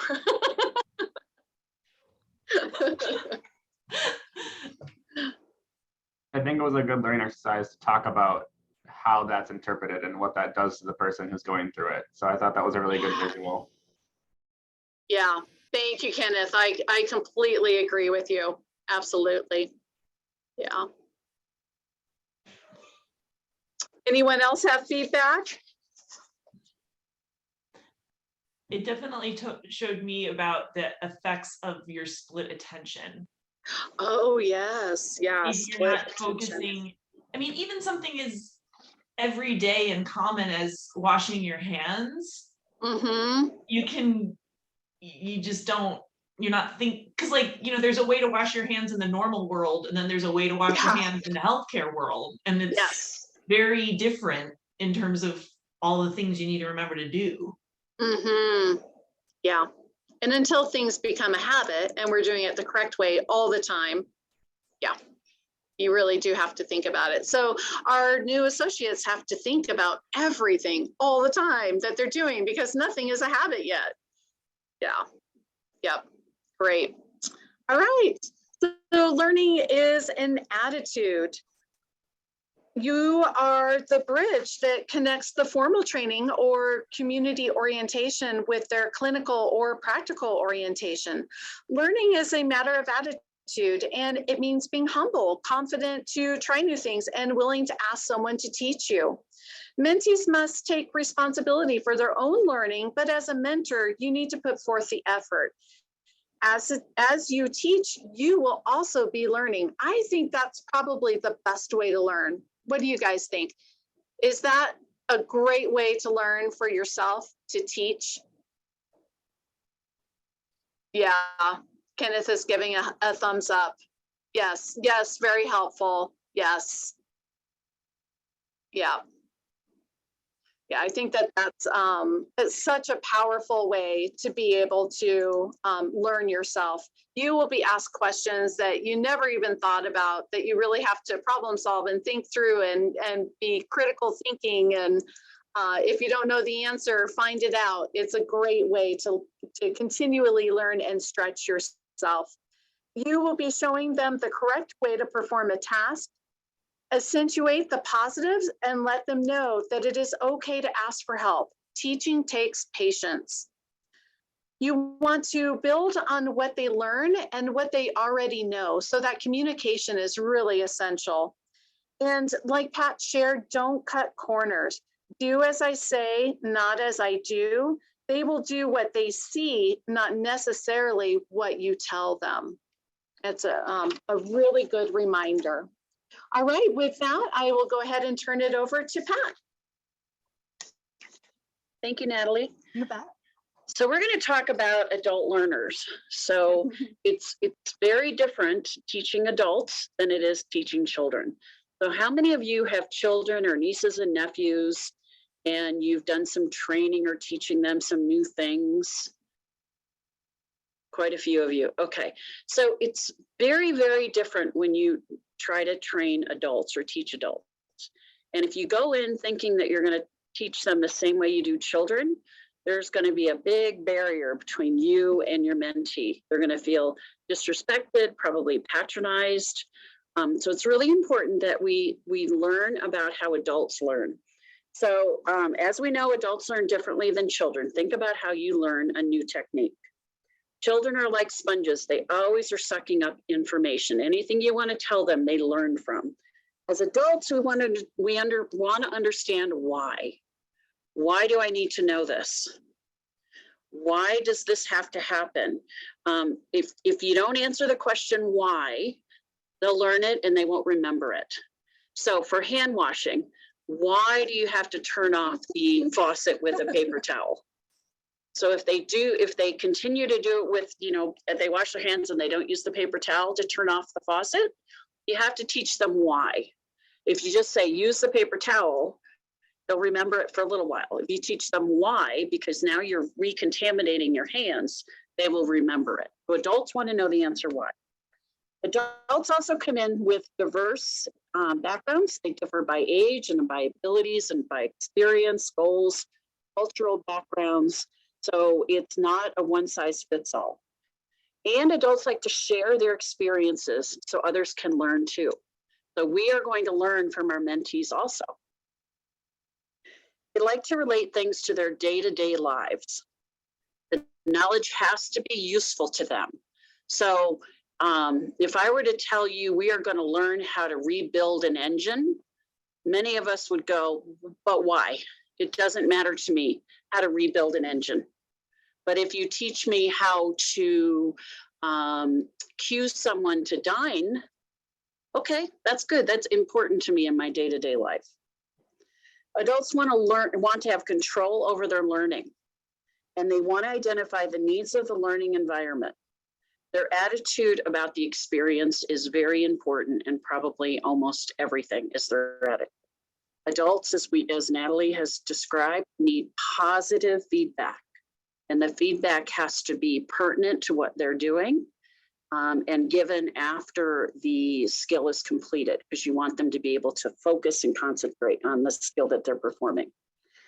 Feedback eliminates the stress that we talked about in a learning environment, and it can open people's minds to receive more information. So the worst thing that you can get as a learner is no feedback. Because what happens to adults is we make stuff up, right? If we don't get feedback, we make stuff up in our heads. And I heard Kate say quite often, I think they're going to fire me. And that's exactly what your mentee is going to think if their mentor does not give them feedback, positive or negative, but adults need feedback so we don't make stuff up. And chances are the things we make up is much worse than the feedback. They must be willing to learn. Adults must be willing to learn and accept what knowledge is being given to them. Occasionally we'll get someone that just will not learn new things, and chances are they're not going to reflect your values. And if you can't learn new things, especially in healthcare, you're going to be left behind. But there are some people that just will not accept new things. And you're probably not going to see that in this program because your people are coming fresh and they don't even know what they don't know. But they must be willing to let go of old habits, and they must be willing to try new things. So when you're interviewing your mentors and you're considering new hires, I would make sure you screen for that they're willing to learn new things. Because if not, we're going to hit a roadblock. Let's go to our next slide. Okay, so adults learn in this way.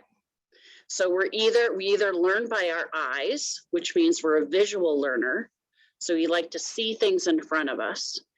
We are auditory learners, which means we listen really well, and that's how we learn. Quite often we are hands-on learners. That means we want to actually jump in and do it and learn afterwards what we did right and wrong. And then there's a small percentage of people that are really big thinkers. So they really think and learn by using their mental capacity. So visual learners learn by seeing things being done. They like to watch demonstrations. They like to have face-to-face learning opportunities because they visualize in their mind what they need to learn. Auditory learners, they learn by hearing the instructions. So you would be reading instructions to them. They like to have things clearly explained. They enjoy talking about situations. They love scenarios. They love talking about what ifs, and they like to discuss possible solutions. The thinking learner, they learn by working things out in their heads. So they go through every step in their head and they start thinking about, what if I move this here and did this before that? They like to have written instructions that they can study. So these are people that are going to open up your policy and procedure book and study it. Not a lot of us probably on this call, but they ask tons and tons of questions. And then the hands-on learner, they learn by trial and error. They want to jump right in. They like to be physically involved in things and the learning experience. So those are people that they'll say, hey, watch me wash my hands and then tell me what I did wrong. I'm not going to read the competency. I don't want to know why. I'm just going to do it first and then we'll go from there. So it's really important that your mentors know what kind of learner your mentees are. Okay, so let's do the next slide before we do the poll, Travis. Okay, so we're going to identify what our personal styles are, and then we can use this to identify what our mentee styles are when we get a mentee. Okay, so when you're learning something new, do you prefer that an instructor uses slides, handouts, or texts, interacts with you by asking a lot of questions, or uses demonstration, role playing, and practice? Who would like to answer that? Go ahead, Kenneth. Thank you. Usually the first one. I like slides, handouts. I like information. Okay, so you probably love this kind of class where we've got handouts and slides. And so what kind of learning style do you exhibit here? Visual, auditory, or hands-on or kinesthetic? Mostly visual. Mostly visual. Very good. Does anyone like to interact with you by asking lots of questions? I'll go to the chat. Using slides. Okay, so a lot of people are visual. How about using demonstration, role playing, and practicing? Anyone like that? I also like that version. Okay, so a lot of people can be a combination. That's really important to know. Most people aren't just one or the other, but they do have a strength in what they like to learn. So those are the kinesthetic people, okay? So let's do the next slide.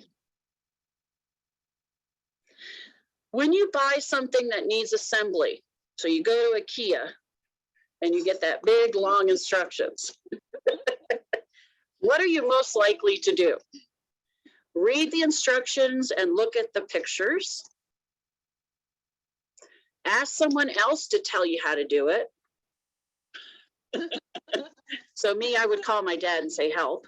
Jump in and start putting the pieces together, ignoring the instructions and finding that you have a lot of extra pieces. Okay, so a lot of people are reading the instructions first and looking at the pictures. So what kind of learner are you if you are looking at the pictures and reading the instructions? Visual, auditory, or kinesthetic? Visual, you're a visual learner. How many of you asked someone else to tell you how to do it? Or have some, there are people that have someone read the instructions to them. My husband is like that. Read me step 1 and then he does it. Read me step 2 and then he does it. So those are auditory learners. And how many of you just throw caution to the wind and jump in? Anybody? Yep, Kenneth is a little bit of the kinesthetic, right? The hands-on learner. Okay, I think I have another question. Let's go to the next slide. Okay, so let's do our poll now, if we could, Travis. So I want everybody to put in what they are, what they think they are, more visual, auditory, or kinesthetic. And you can pick one. And then press submit on the bottom.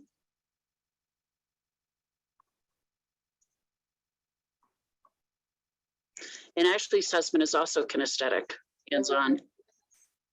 And Natalie's is too.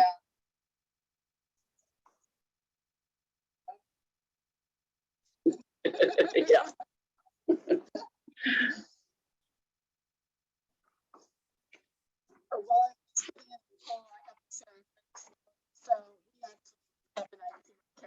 When we remodeled, we put in an IKEA kitchen. And my husband, he was like, oh, I can put it together, no problem. Just have him drop everything off. And I've heard horror stories about that. And I'm like, okay, if I do that, I think we might get a divorce. Because I won't have a kitchen for a really, really long time. Yes, yes. So we did opt for the installer to put it in. And I have to share, I'm not kidding with you. We probably had 60 boxes delivered to our house. And he saw that load coming in and panicked and said, oh, I'm so glad that we're having somebody come in and put it together. Oh, I don't know if anybody else has had IKEA experience putting things together. I always wonder what that last piece is for that you couldn't figure it out. Okay, what do we have the summary of our poll? Oh, look at that. So we have mostly visual, nobody's auditory, and a few kinesthetic, hands-on. And that's really, that mimics most people, especially in our industry as healthcare workers. Most of us are visual learners, most adults, period. And then some of us are kinesthetic, and the last one is auditory. So good. So let's talk about, thanks for that poll. So let's talk about visual learners, because that's what most of us are, and those are what most of our mentors will be training mentees. So it's really important that the mentor identifies their mentee's way of learning. Because what happens if you have a visual learner teaching a kinesthetic only in a visual manner? What's going to happen?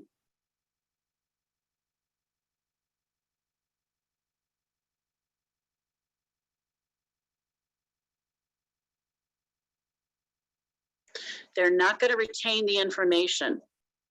It's going to be like Natalie and her husband with the IKEA kitchen, right? Conflict. They're not going to understand. They're not going to, they might learn it, but forget it because it's not in the way they want to learn. It's just not going to gel.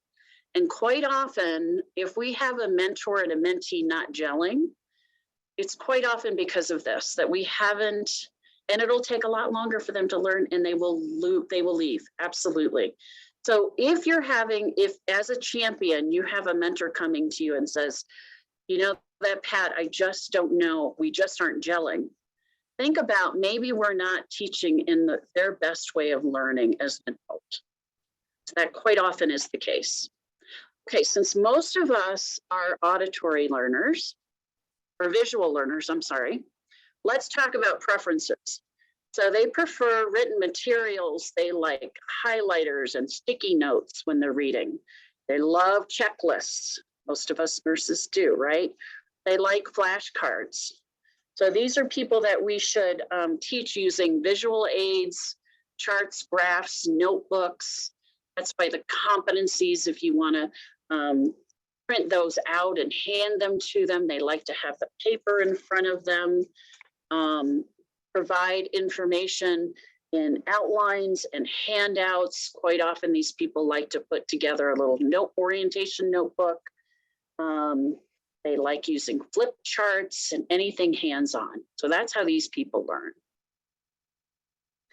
Let's go to the next slide, please. So we don't have any auditory learners, but you might find them. They prefer verbal to written instructions. So they want you to read the competency to them. They love to learn through storytelling, but that is the number one way people learn is through stories. So anytime your mentor can weave in a story about, because we didn't do this, this happened, or because we were prepared, we had a great survey, any kind of lessons learned kind of stories are what people learn from. They like interaction. They love group discussions. These are people that you want to do breakout sessions with. They are easily distracted by noise. So it has to be very quiet for them to learn, because they'll be like squirrel, right? If there's another noise, somebody walking behind them or something. They may move their lips, they may read aloud, or they may talk to themselves. So these are people, when they read, they mumble and they talk through it. So teaching strategies is use visual aids, anything, charts, graphs, notebooks, provide information outlines and handouts, and record discussion using flip charts, and read to them the instructions.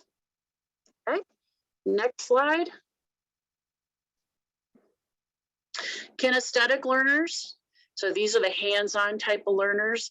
They want active experiences. So this kind of setting today with the lecture and the handouts and the PowerPoints are probably driving a few of our kinesthetic learners a little nuts, because this is not how they learn. Or any Zoom calls, right? So this is really hard for people in post-COVID.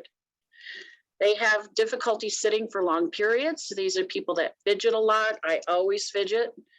They may doodle or play with objects around with them. So quite often we'll have a basket of slinky toys and things for them to play with their hands while you're teaching them.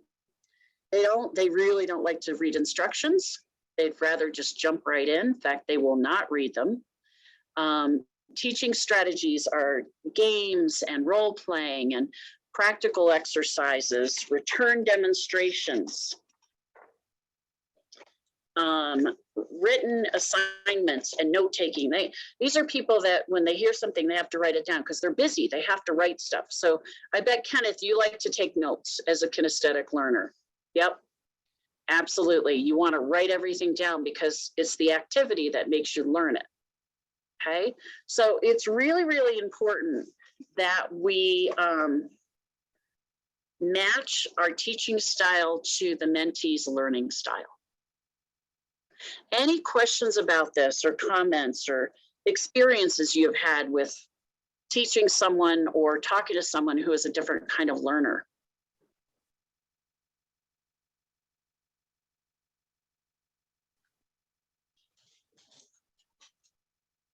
Go ahead, Kate. While we're, people are going to type in their stuff in the chat or kind of collect their thoughts. One question I had was, how do the mentors know what kind of learner their mentee is? Okay, so those questions that I gave you, feel free to use those. Those will help you identify who is what. And I have them all in the same level. So it's visual, auditory, hands-on, kinesthetic. So the first one, if they answer the first question, it is a visual learner. If they answer the second, it's an auditory learner. If they answer the third answer, it's a hands-on kinesthetic learner. So you can ask them. Were those questions? Right there. This one? Okay. And there's 3 of them. So ask them, you go to IKEA. What do you do with that? Simple. Or I think there's 3 questions, aren't there? Yeah. Okay, great.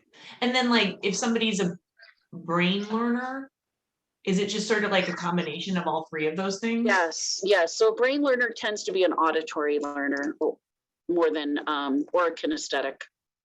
They're very, very, very rare. So I didn't even put them in there.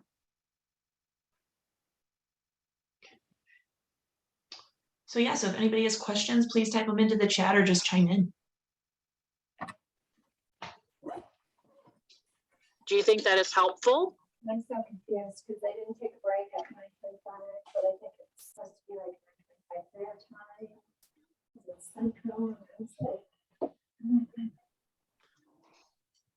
Yeah, Kenneth, go ahead.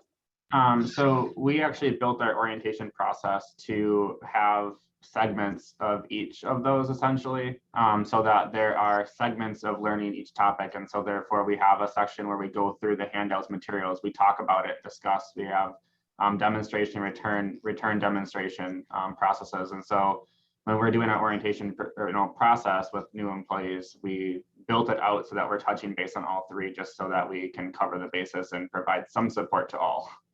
That's fabulous. That's great. You don't want to leave anybody out. Now, the good thing when you have a one-to-one training is you can just, make it exactly what they need at all times. But I love that. That's great. Very insightful.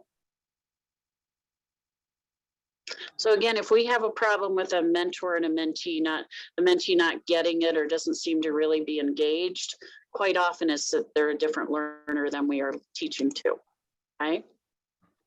So another thing that's really important to talk to the mentors about is that people just don't learn it and go, right? They don't just go, oh, I got it, and never make a mistake again. So learning is transformational. There's stages. And there's like two step forwards, one step back, and it's very, very common. So when learning really sticks or it's transformational, it occurs when a person truly desires to make a real change in the way they think about things and the way they do them. So the learner has to really want to make a change, and they really have to want to learn it. So that's the first thing that has to happen. Let's do the next slide, please. So when they really learn something and they transform and they do the skill or whatever it is differently, it's truly a fundamental shift in the point of view. And as we know, it takes time for us to have a shift in our point of view. We're adults.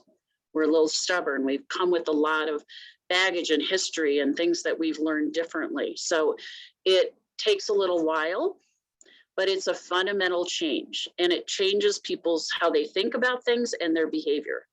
And this is when they really develop new skills and capabilities. So it doesn't happen overnight. It's a slow shifting for most people. I think it's great that you have all brand new CNAs. They're probably going to learn a little bit quicker because they don't have to forget something from their past of how to do something. Okay, let's do the next slide. So here's the stages of someone's learning and becoming transformational, or the skill or the learning sticks. So the first stage is that the learner has to choose to learn. And how they choose to learn is, first of all, they have to be a little uncomfortable in what they already know. It's not working for them, or they want to grow. So there has to be a reason to learn. If whatever they're doing now is working for them, they're not going to change it. But these are people that are changing their careers, and they're looking for a new skill set in this program. So they should be ready to learn to grow, because they're learning a brand new set of skills in a brand new career for them. So then they fundamentally have to change their behavior. So they have to let go of old habits. This creates a little bit of stress for people. And quite often at this point, there's going to be pushbacks, and then there's going to be steps backwards. It's not typically a straight shot. They're starting to feel uncomfortable. Like Natalie talked about stress. This is where they feel that. Whenever you learn something new, it's very, very stressful, right? And especially if they're brand new in everything, like your folks are going to be, it's going to be really, really stressful. So don't try to teach them everything at once. Baby steps, give them success and build on it so that they can then close that door and say, okay, I got the hand washing down. Now I'm going to learn something else. And then you have new skill development. So this is where the skill or the learning becomes permanent. Things become easy now. And now they're starting to feel capable, and their confidence increases. And they can then go back and learn something new. So make sure your mentor knows that their mentee is not going to be learning it right away and feeling comfortable and confident in 1 week. That's why the program is set the way it is, that people can learn at their pace, that they can have successes so that they can build upon those. Any questions on that? Okay. This is really important because your mentors are going to be saying things like, geez, they just don't get it. It feels like I tell them the same thing over and over again. I really want to move through the skills competencies and they can't even get one done.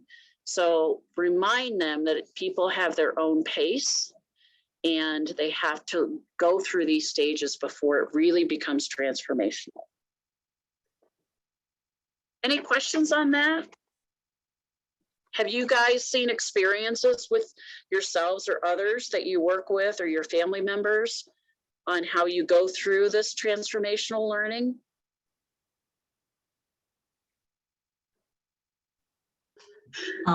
One thing I have noticed, at least with my own family, is if somebody's naturally good at stuff, like catching on quickly, normally, and then they come across something that they're not good at, or like doesn't come naturally to them, when they hit that uncomfortable stage and the stressful stage, they start to think, well, I'm just not good at this and I'm never going to learn it, instead of keeping on with it. So it's like, I think you got to kind of think about what is this whole person like, and what are their normal experiences like, and how does their experience match with, like, how does that fall on top of the learning? You know, because Right. everybody brings that whole self with them to that training. Exactly. How many of us understood Zoom and whiteboards and all this kind of stuff before COVID? Very few of us, right? And how frustrating that was. How do I share my screen? You know, how do I unmute? I remember how we used to say you're muted. That was like the big thing, people wearing on t-shirts. So we've come a long way, and it was very uncomfortable for many of us, but we had to grow, right? If we didn't learn it, we would have been left behind. So we chose to learn because we had to, and we felt very uncomfortable at first. Then we had to let go of old habits, right? Like, let's go meet in a conference room. We couldn't do that. We pushed back. How many of us pushed back on all this technology? But we learned it, and then it became permanent for us. And it's easier now. And now we feel much more capable. And so that's exactly the stages that adults learn. It's not, man, I know Zoom, day one, I'm great, let's go. No, that's not how adults learn. I also just think that by teaching the mentors this, then they can relate to the mentees that, like, it's okay to feel uncomfortable. Like, right. We're not expecting that you're gonna just take to this like a fish to water. Like, every skill is, you're gonna have to learn it as we go along. Not immediate. And set your expectations with them as a mentor. Today we're going to learn these 2 skills, and we're going to learn them really well. And hopefully tomorrow we'll learn 2 more. But don't say, okay, we're going to learn 40 skills in 2 days. Let's go. Right? And they don't have success on the first one, they're not going to listen and understand the second one. So pace yourself, pace them, tell them it's human nature when you're learning to have a step back every once in a while, to feel uncomfortable. You know, ask them, do you feel like you mastered this? Can we move on to another skill? Do you feel capable? And let them feel that confidence, because confidence just breeds more confidence. Okay, anybody else have any experiences with transformational learning that they'd like to share? Okay, I think we will take now a 10-minute break. So I have, let's come back at 5 of. Thanks very much.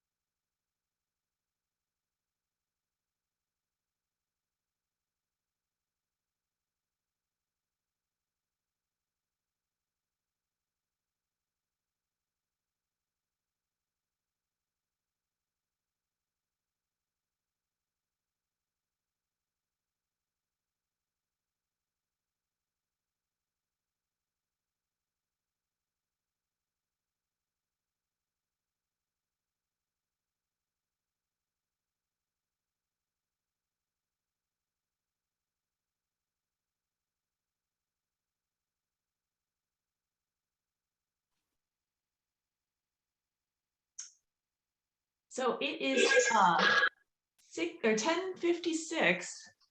Great. Let's go ahead and get started. All right. Good All to right. see you here. Do you mind changing the slide to managing change? Perfect. All right. Welcome back, everyone, from break. Hope you're refreshed and stretched out a little bit. When you see a fork in the road, take it. Yogi Berra. Change is, next slide.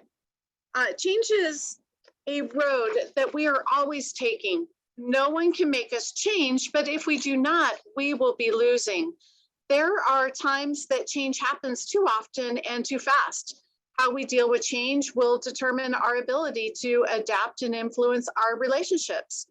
Change is a shift in external conditions. This means you need to deal with a situation, a method, a supervisor at work. We may not have a choice, but whether a particular change happens or not. Transition is what goes on inside each of us when we are faced with new challenges or when we must respond to changes. This is the process that happens internal and is often accompanied by turmoil. All right, so with our mentors, thinking about our mentors, they are making a change and a transition to becoming a new leader within their within your organization, within your community. So Travis, would you mind putting up the whiteboard? So when you think of change, what words come to your mind? So we'll go ahead and type that in. And remember, change can be either something that is predictable or unpredictable. Choosing to become a mentor is a change and it is predictable, yet that can be awfully scary. So yes. What words come to mind when you think change, and also what words come to mind when you think transition? Even though this is a transition that your new mentors want to take, it is a transition from going more peer-to-peer, more to a leadership position within your community.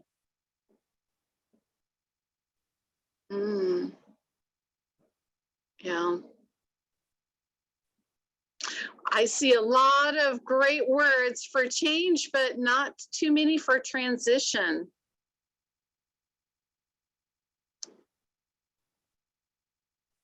Oh, good. Yep. Great. Seeing a few more. Good. Nancy, opportunity. Was that for change or transition, or it could really be for both?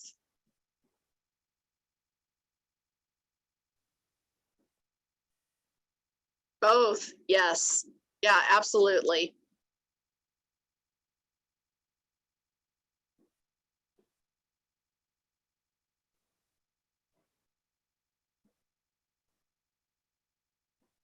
Great. So change. Yes, growth. It's different, something new. Don't know what will happen. Absolutely. If we haven't gone through something, we really don't know what will happen. We can kind of predict, but we don't know. Pushback.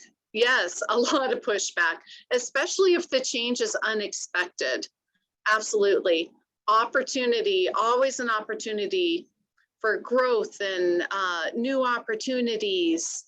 And it can be scary and there can be resistance in that change as well. Sometimes we don't know what that outcome is and we're out of our comfort zone and we're hoping for the best, but we just don't know. So great, everyone. And then transition, more permanent. Yes, absolutely. And slower than change, easier. Yeah, that's a good question. I like the question mark behind that. Easier, sometimes transition is not easier, is it? Depending on what that transition is into. Assistance getting over the bridge. I think that is really a key to the mentor-mentee relationship is really assisting that new mentee, that new CNA, just getting over that bridge within our community. So absolutely. Support and new skills, yes, that definitely aids in the transition. It is a learning process. It is a growth opportunity, absolutely. Remember too, transition can be temporary. So we won't be in that transition stage forever. And so I think that's a good reminder, especially for myself when I'm in the middle of transition periods of time. It's temporary. We'll get over this hump. So excellent. Thank you, everyone. All right, so the model of change. One model to describe the process of change states that there are 3 stages: the ending, neutral zone, and new beginning. For every new beginning, there is an ending of something of value or security. Oh, would you mind changing it to the next slide? Oh, thank you, Kate. It is human nature for us to cling to what is normal, usual, and comfortable. The time in between new beginnings and the ending or the neutral zone can be very uncomfortable. This is added stress, discomfort, and uncertainty.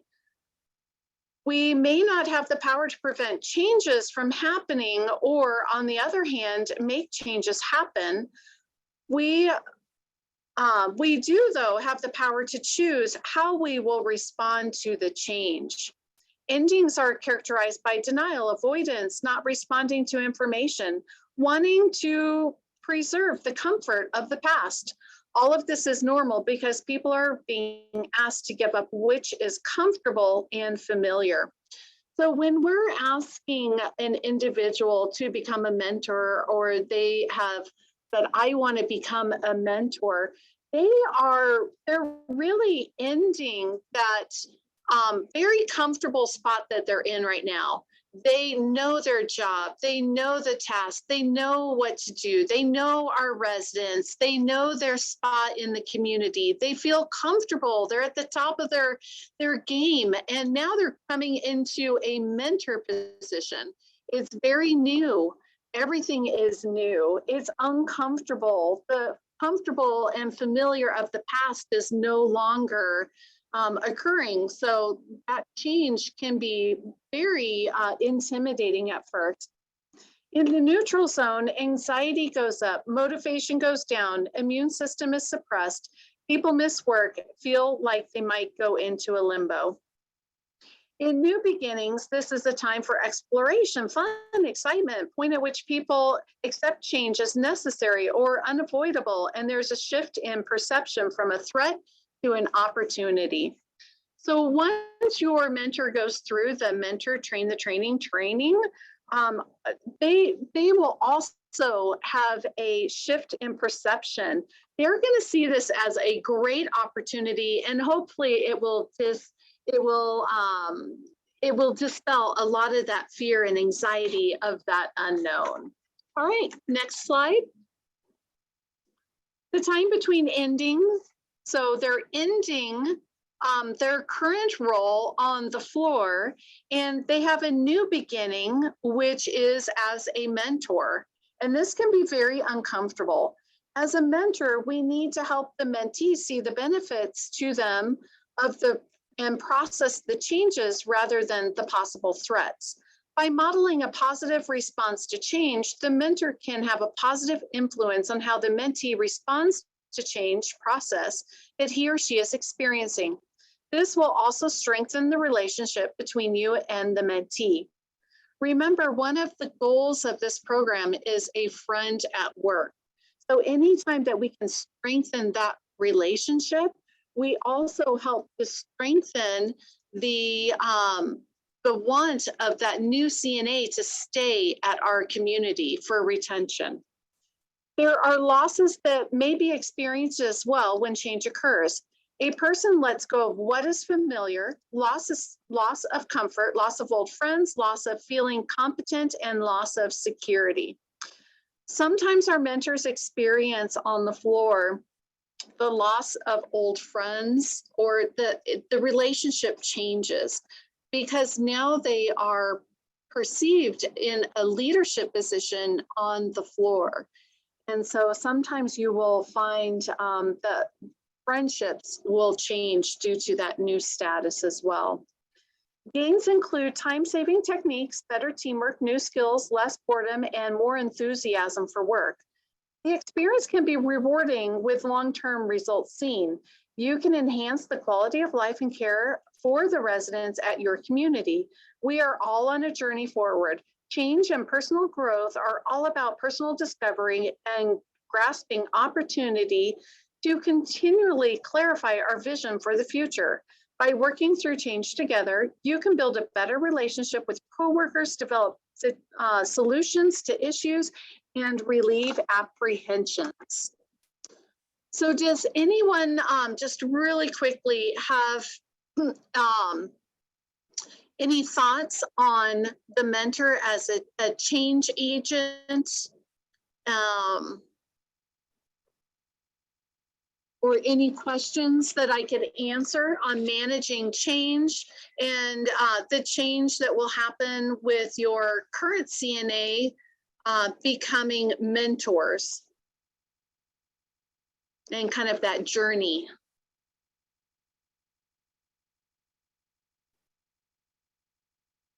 All right. Well, good. Sounds like that was explained well. Okay, perfect. I'm going to change it over to Pat, and we have some really super fun activities to do. Thank you, Natalie. You bet. Okay, so let's talk about team building. So the next slide, please. Okay, I love this Henry Ford quote. Coming together is a beginning, which is where we're at now. Keeping together is progress. Working together is success. Henry Ford. So next slide, please. So you're now part of TEAM, which stands for Training, Education, and Mentoring Program. So a team is a group of people who work together through cooperation and coordination with one another to achieve a common goal. So we're going to talk about the 4 C's of team building, and then we're going to do a little exercise around a blizzard in Wisconsin. Okay, so let's do our next slide, please. So there are 4 C's that we like to call the C's of teamwork. Okay, so they include communication, cooperation, common goals, and clear goals. So you cannot work together without clear and effective communication. Teams have to have clear communication. That's why Natalie spent a lot of time talking about that. Remember the 3 components of communication: the sender, the receiver, and the message. And the relationship between the mentor and the mentee provides the opportunity for you to develop the elements that make a team. So the mentors and the mentees become their own team. The second C is cooperation. This is developing a sense of mutual support between you and the mentee. The third C is common purpose. A team can achieve much more than the sum of its parts. What are we trying to achieve? Not only today, but after the program. I am going to achieve a great coworker that I can work with side by side. And the last C are clear goals. If in the mentor and mentor relationship, it's important to clearly communicate the mission, vision, and values of the organization. We talked about that, the first thing, and ensure the goals of the organization are clearly discussed, as well as the goals of the day, right? Today, we are going to try to accomplish this. You as the mentor will model the quality of care that the mentee would want in a valued team member. So some guidelines in building a mentor-mentee relationship include raising enthusiasm for everyone, a great attitude, practice effective communication, be sensitive and aware of each other's needs, help each other, and express appreciation. Okay, let's do the next slide, please. Okay, so we are going to break out into groups, I believe, Travis. Let me set the stage here. So I know it's probably warm in Wisconsin, but we chose a blizzard. So we're going to do a little role playing. So all of you kinesthetic people will love this. Okay, so we are having the blizzard of the century in Wisconsin. It's coming. You are all members of my team. Okay, I am the executive director of your community. And you are all members of one of these teams. So you're either working in laundry, social services, the rehab department, life enrichment, dining, or environmental services. Okay, and we'll determine where you go. But as your leader, I am telling you that tomorrow is going to be a crazy day weather-wise. The meteorologist is saying we're going to have 3 to 4 feet of snow, and we have to be prepared. Our residents need to be taken care of. So what I'm going to ask for you all to do in your own departments is to break off and determine how you are going to help prepare for this blizzard of a century in our community and what we need to consider and do. So Travis, take it away. Sounds good. Okay, I have all the breakout rooms set up and everyone's randomly assigned. So they should be ready to go here. Open all rooms.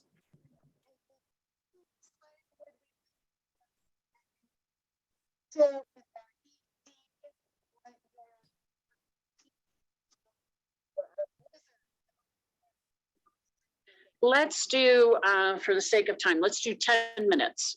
So you're going to talk as a department as to what you are doing and what you need from other departments to achieve your goals to make sure we are prepared for 4 feet of snow tomorrow. And then someone is going to report back.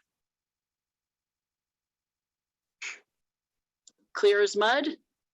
Anybody have any questions? Okay, so go to your groups and discuss for 10 minutes, and then we'll come back.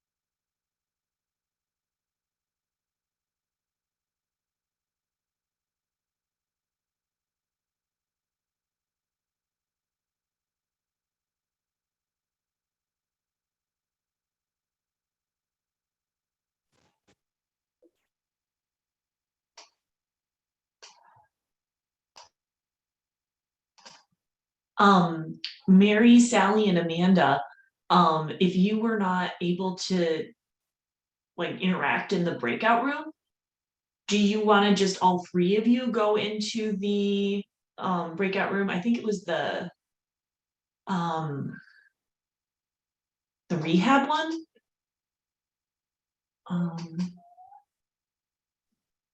Yeah, it was rehab. There was only one other person. I wasn't sure how many people were supposed to be in each room, but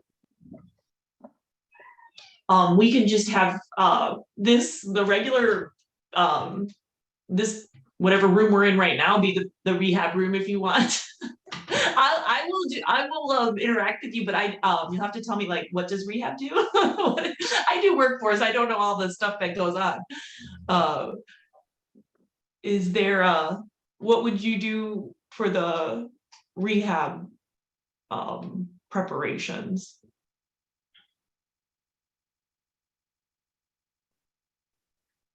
so we would have to make sure that we had someone for the staff to stay.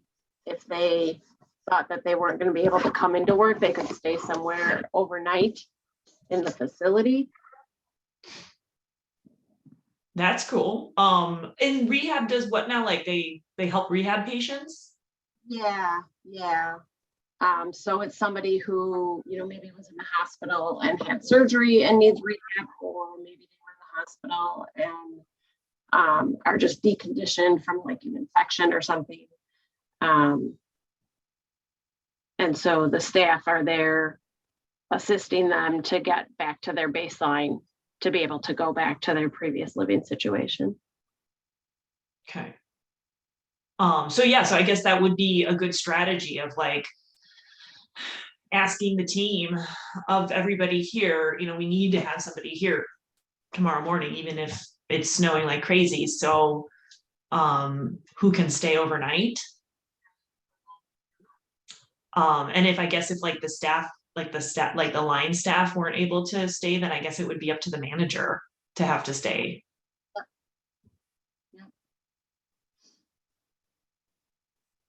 I mean, that's the primary thing that you would have to do, is just ensure that you have somebody there to take care of the residents. Kim or Sally, if you could chime in, that would be great.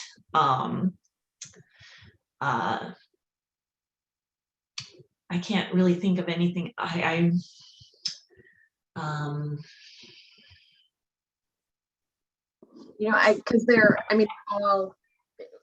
the biggest thing, like I said, is you want to make sure that you have staff there. So you need to do something to make sure that the staff can either get there, and whether that's, having transportation available to go pick somebody up if they can't, get out themselves. Or I had an administrator share a story with me that when it was so icy and snowy, this is up north, icy and snowy one day, they had their like rock star CNA. I don't know if it was ice skated all the way there or it was cross country skied. Oh, right. In the facility. So yeah, we could even ask the staff, depending on where we are, if it's a rural area, ask like, does anybody do a snowmobile? Is that an option to get here tomorrow? Yeah, that's possible. Or is it possible for us to reach out to local emergency management and alert them of the situation and ask if there's anything they can do to make sure that the route from, prioritize the route to our building. If our building is on like a side street, make sure the side street is plowed so that we can make sure to get people in here. I don't know. That's just No, that's a good idea.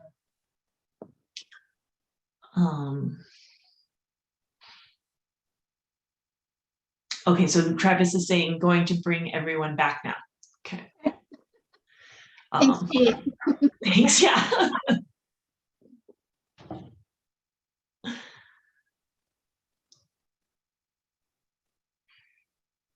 Okay, so can we put up the interdepartmental team PowerPoint?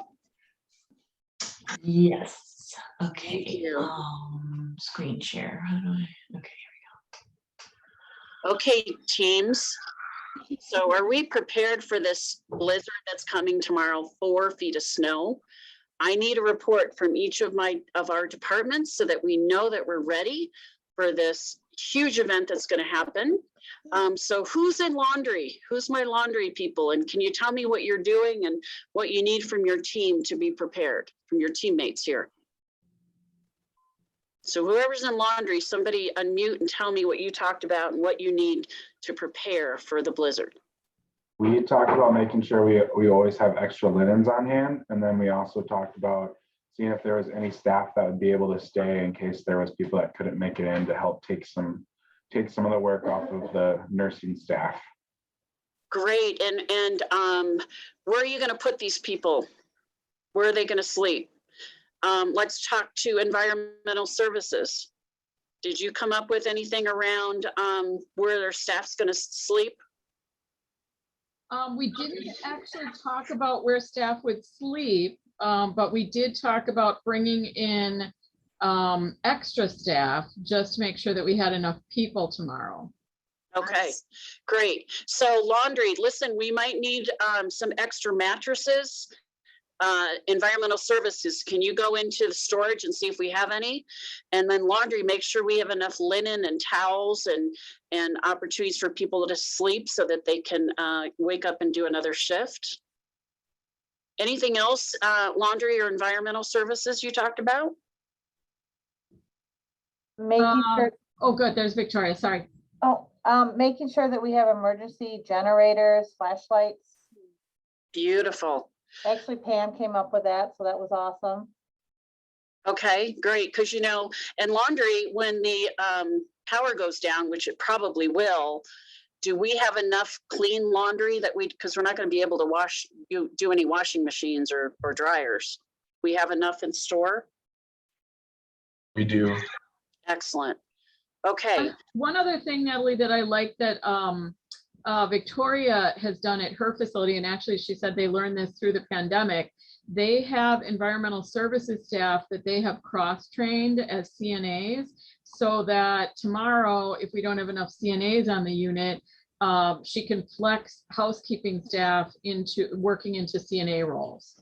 Beautiful. And, you know, they can do anything that a license doesn't require. So they can certainly pass water and maybe get people to the dining room and those kind of things, right? That's a great idea. It sounds like she's actually trained them as CNA, so they're certified. Yes, Wow, they are love it. CNAs, yes. Love that, Victoria. Very good. That's great for this kind of situation. But in our community right now, we don't have maintenance being CNAs. But during the blizzard, they can certainly come and do work, right? That don't require a license. So all hands on deck, right? Good. Hey, dining, what did you guys come up with? We're gonna check our inventory and make sure that we have food for the next day. We're gonna call all our staff and staff that lives close to see if they've planned for getting in, or if we can look at picking up if they're on a main road. Usually there's plows that go through quite a bit around here anyway. We want to check with people to come in and spend the night and use make sure that we have food for them too, like coffee and snacks and other foods for the people that are spending the night. And then making sure that the staff that that staff also understands the emergency prep. So if they get here tomorrow or they're here, do they have a plan for their own house and their own family to make sure they're taken care of and they don't need to. Yeah. Do you think, I think our last blizzard, people brought in their pets, didn't they? Because they didn't want to leave them alone. So do we have pet food? Do we have dog food and cat food? Yeah, they either that or they have to bring their own in. Perfect. Okay. And do you think, I mean, I've been reading it's going to take more than 1 day. So I think, what do you guys think? Maybe 3 days? Be ready for 3 days of not having stoves and ovens working and all that kind of stuff? We talked about in disposable Good, yeah. plates and that type of thing, because with the pandemic, we have a good supply of that stuff on hand. There's a then silver making sure lining. that- And making sure that we're able to utilize our kitchen. We're lucky, actually, my facility's lucky that a generator runs everything, so. Beautiful. We're lucky that way, but. Great. not everybody Okay. is. Thank you, Sandy. How about social services? Yeah, so I was with Julia and Ashley on the social service team side, and we're planning to work on reassuring residents and families with a clear communication plan as far as what we plan to intend to do. And so they know that we have a action plan in place, that we're ready, have an outlet for individuals, so staff and residents and families to turn to if they have questions. So we'll work on communicating that, ensuring that our emergency contacts are up to date so that we actually do have the ability to do that.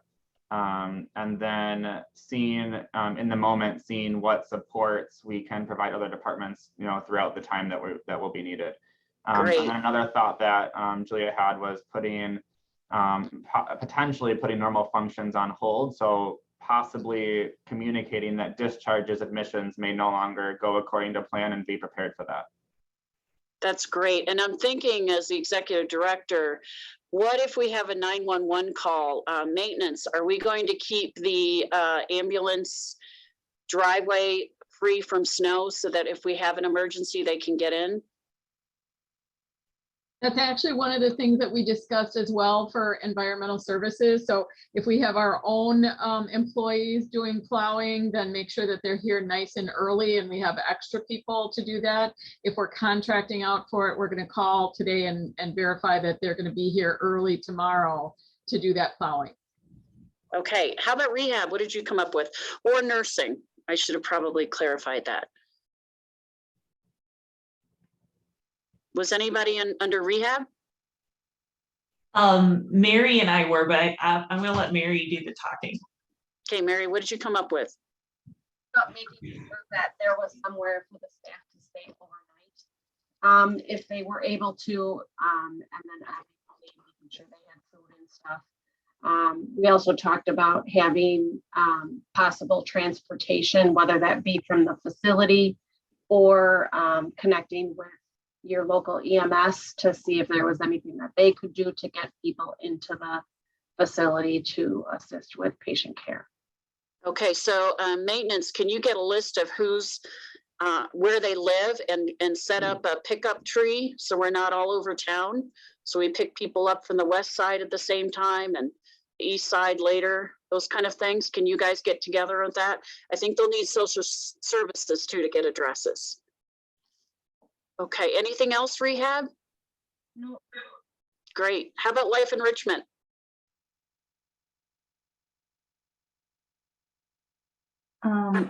This is Nancy. Oops. I thought primarily making sure hopefully we won't lose internet, and hopefully we can set up communication between the family members that wouldn't be able to come in. Do more visitation that way with our laptops. Nice. And then also to celebrate the storm, try not to make it a frightening thing, maybe, have some kind of themed, I don't know what kind of party or something, so that the residents don't feel it's a frightening thing, with this blizzard coming, but instead trying to keep everything really pretty upbeat, snowball fights, something like that. Hot chocolate. I love it. Mm-hmm. That's great. Okay. And nursing. Are we ready for the internet to go down and have paper charting instead of our electronic health record? Make sure we're prepared for that. Did I leave anybody out? Anyone else have a question or a comment on how we can be ready for the blizzard or what they might need from another team member?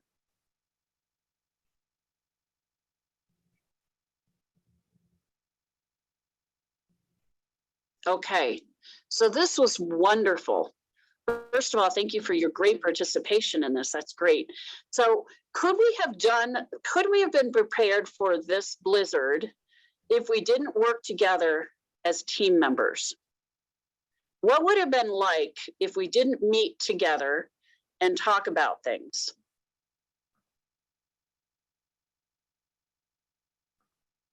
What if I, as a leader, just said, everybody be ready?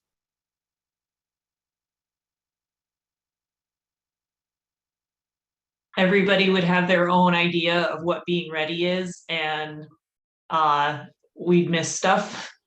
Right, there'd be no clear communication. Somebody wrote chaotic.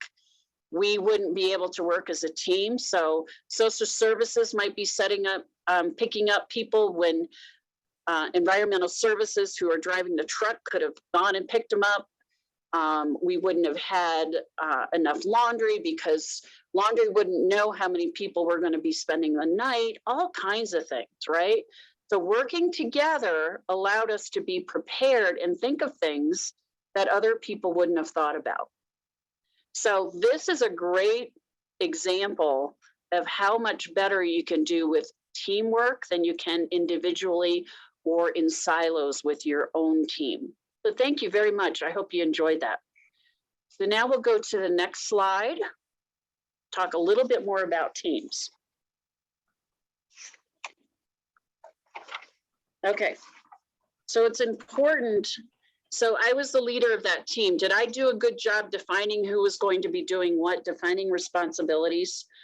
That helps with making sure we're not misunderstood or disappointed.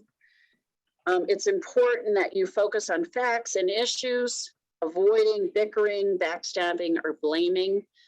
Never say, when you do this, this is what happens. It's when this happens, this is how it affects the team, or this is how it affects the resident. So it's always important to bring it back to that. Again, listening to what each team member has to say and learn from them. So that exercise really got us to start thinking about things that we wouldn't have in our own teams. Have to have a clear understanding of the standards, the quality of work, and the care that's expected. Maintain an attitude of mutual respect as team members. When you're giving feedback, we talked about this, about being clear, specific, and brief. Stay focused on the issues. What if as the team leader, I started talking about surveys coming next week during the blizzard? People would be like, get off it. We got to deal with this problem now. So stay focused on the issue at hand. Help keep morale up by supporting each other and being a resource. So it might have been good at the end of that meeting to say to the team, I am here, come with me to any questions, and we're going to regroup in 3 hours and see where everybody's at so that we continue to get feedback and figure out where we're at meeting our problem. And a team benefits by having people included on it who have a variety of characteristics and personality styles. So I think the most ineffective team that you can have are a group of the same type of people, because you don't hear other things from other folks. So the best team are the teams that have different types of people, maybe different learning styles, maybe different experiences, ages, ideas, because then you can really tackle the problem or the goal at hand versus just having tunnel view. So my team that I lead here at CLC is very, very different and different variety. So we have people that are very auditory or more thinkers, so very high level policy. We have people that are very warm and inviting, so they're much more soft and empathetic. We have drivers, we have followers, we have a whole bunch of different people, which makes it a great team. Next slide, please.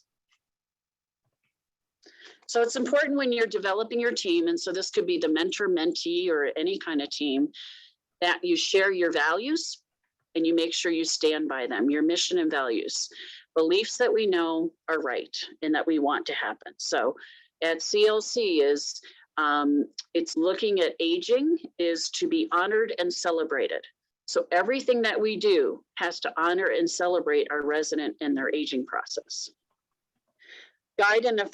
Values guide and affect how we behave, what's right, what's wrong, what the red line in the sand is. And workplace values that support teamwork are needed to be nurtured and exemplified by your mentors. Okay, next slide. So teamwork allows us to be productive, and to do that, you have to communicate, trust, respect, be positive, and set mutual goals. A dysfunctional team is one that is rigid leadership. And who remembers what type of leadership style is called a rigid leadership? Put that in the chat. Remember in the beginning, we talked about the 3 leadership styles?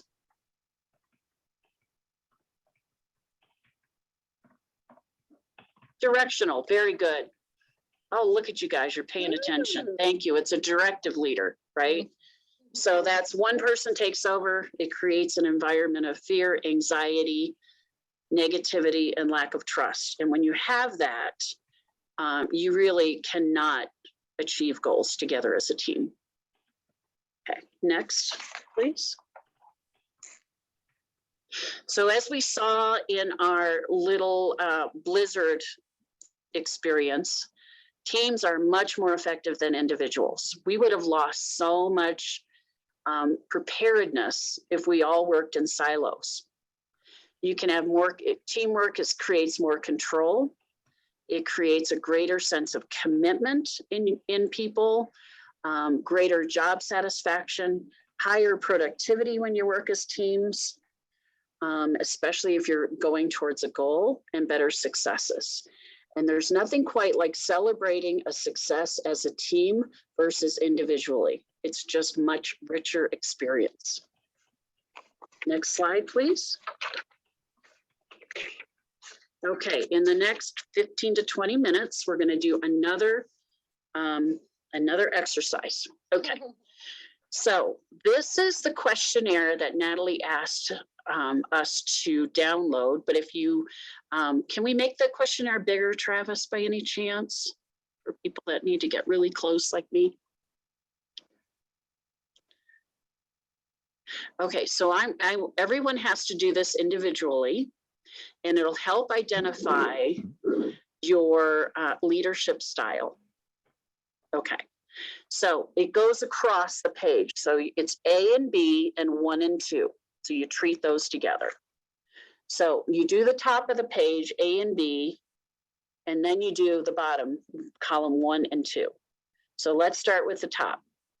So what you do is you do a gut initial reaction. So this should be done really quickly. There's no right or wrong.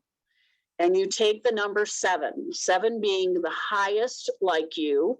Oh yeah, that's me, that's a 7. And 1 or 0 being, that's not me at all. And you split it across. So let me show you how you do this. So we're doing it across column A and column B. So there's two sides to this question. Likes a fast pace or likes a slower pace. So if I were to do this, I would put probably, I really like a fast pace.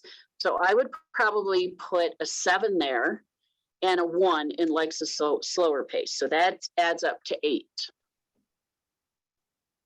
Oh, to 7. Okay, so I put a 7 and a 0. It has to add to 7. I'm sorry, I thought 8. Okay, let's do another one. Energetic involvement in things or relaxed involvement in things. So I would probably put a 7 on energetic involvement in things and a 0 on relaxed. Now, if you're more of a calm, I want to take it easy kind of person, you may want to put a 6 in relaxed in involvement. And then what would you put under energetic? If you put a 6 under relaxed involvement in things. Let me see if you guys get this. So you put 6, what would you put in energetic to add up to 7? A 1, okay. So does this make sense? And once you do that, you're going to do the same with column 1 and column 2. So sort of enjoy socializing, really enjoy socializing. So I'm kind of in the middle there. So I would put maybe 3 on sort of, and what would I put on really enjoy socializing? A 4. It has to add up to 7. And then once you're done with that, you just go down the column and add it up. Get your iPhones out and your calculators and add up the totals. Okay, so I'm going to give you just, again, first thoughts. It shouldn't take too long. I'm going to give you about 4 minutes to complete this. Does anyone have any questions? Am I clear? It adds up to 7 across. Okay, so go for it. That makes sense.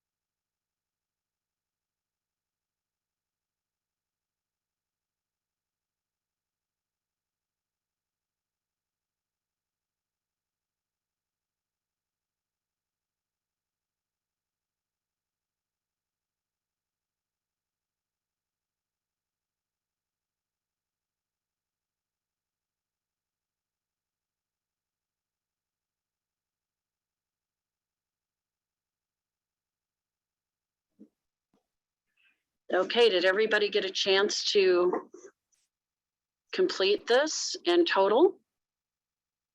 Does anyone need a little more time?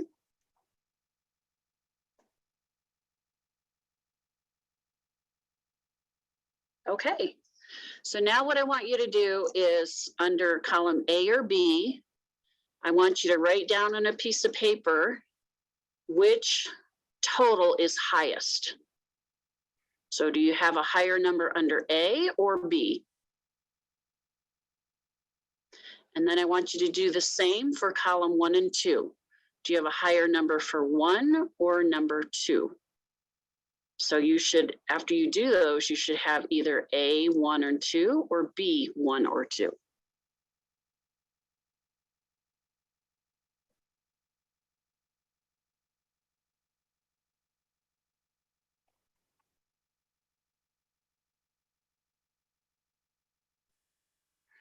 Okay, do we have a poll here, Travis? Yes, I can bring up a poll that'll show, or it just asks what type of animal you are. So Okay, so let's wait a sec. Let's wait for the next one, okay? yeah, for Because they sure. won't understand that. Thank you. Okay, so everybody was able to do that. So everybody knows if they're an A1. Let's go to the next slide.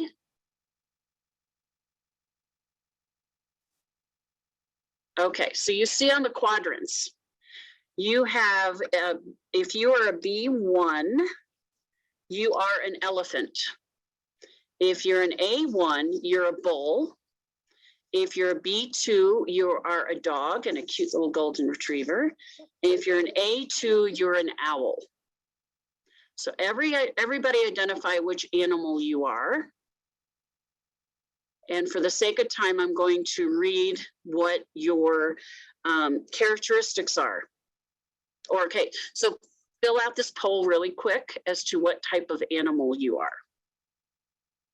I'll let you know I am a bull.